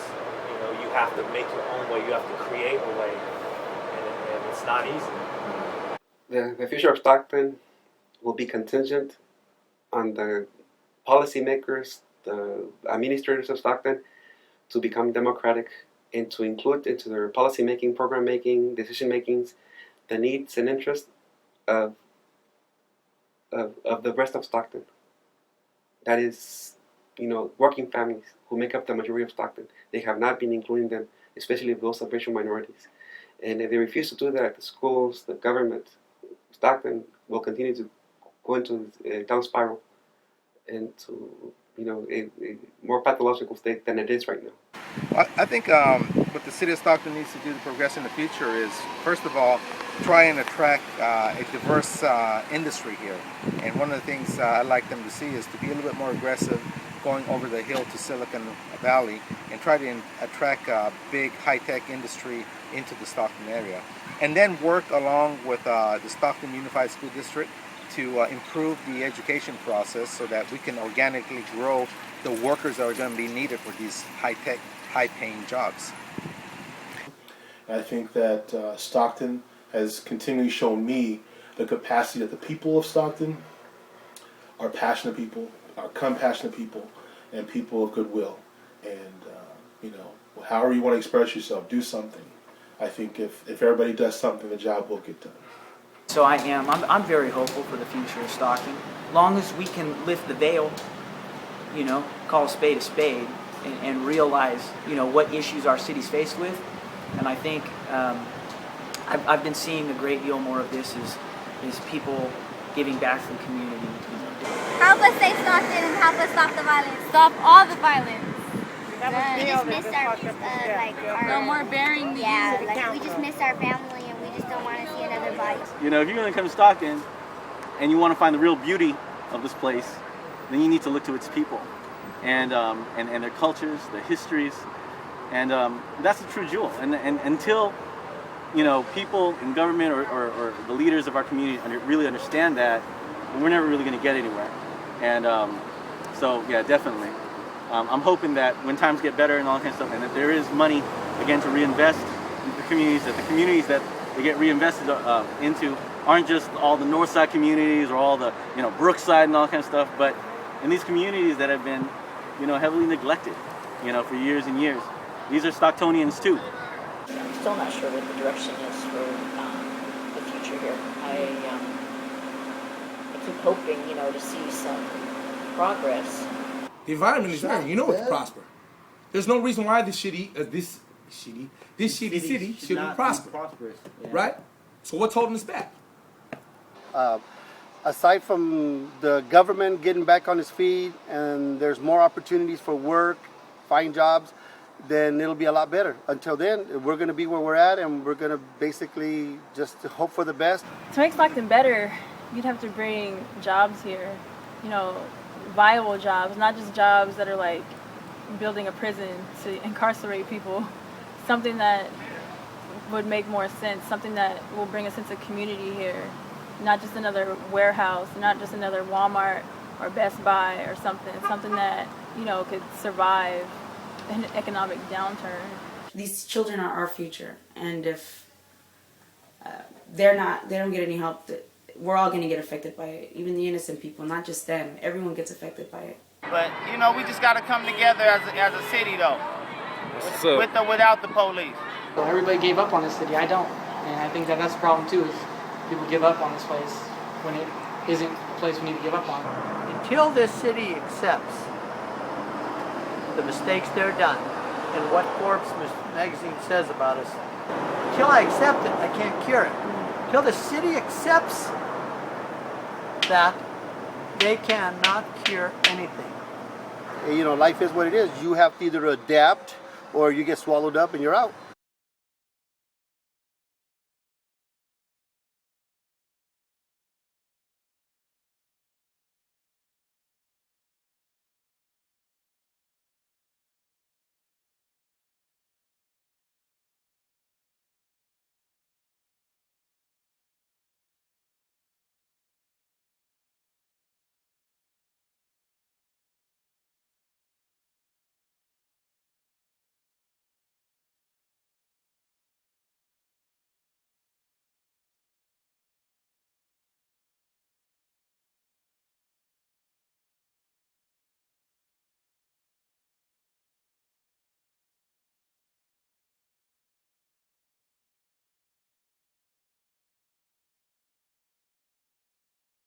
Life goes on.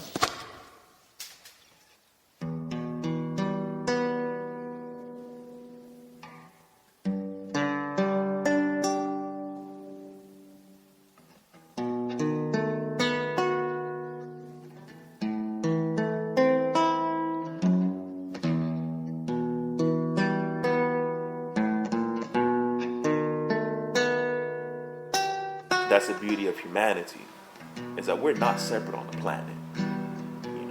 When a flood hits Stockton, or when the fog, Stockton is really famous for fog. Okay, well, when the fog inundates the city, it doesn't just inundate the rich community or the poor community, the haves or the have-nots, the blacks, the Latinos, the whites. The fog comes in on all people. And many of us forget or don't understand that we are all interconnected.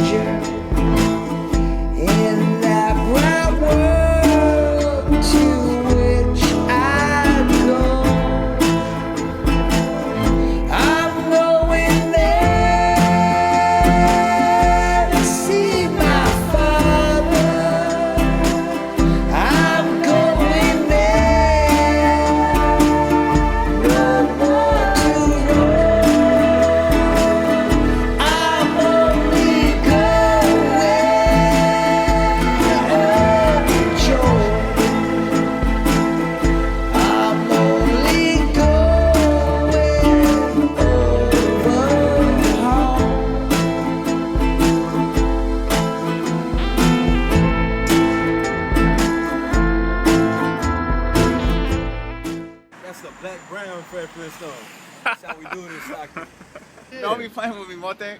So I'm from Southside Stockton. I went to high school at Hamilton Middle. Or just look at me when you say it.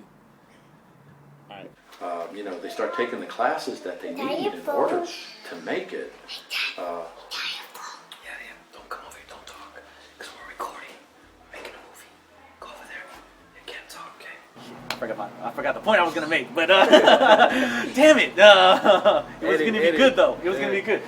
You know what I mean? So I don't talk about my expression. I don't know if I can cuss. Nah, feel free. It's real. You know what I mean? I'm saying? This ain't going on Channel 3. Untold story of Stockton, California. I probably should rehearse the shit I'm going to say. It's a non-profit, and I don't. It's going to go get chopped out, don't you? Make it look good, man. Make it look good. There you go, that's better. Oh, that's way better. You look like a fucking terrorist.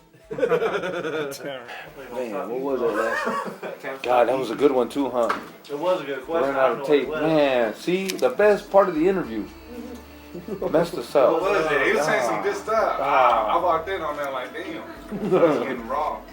So, can you edit that out? Like, wow, this is how you representing? George Bush Elementary. Come on, man.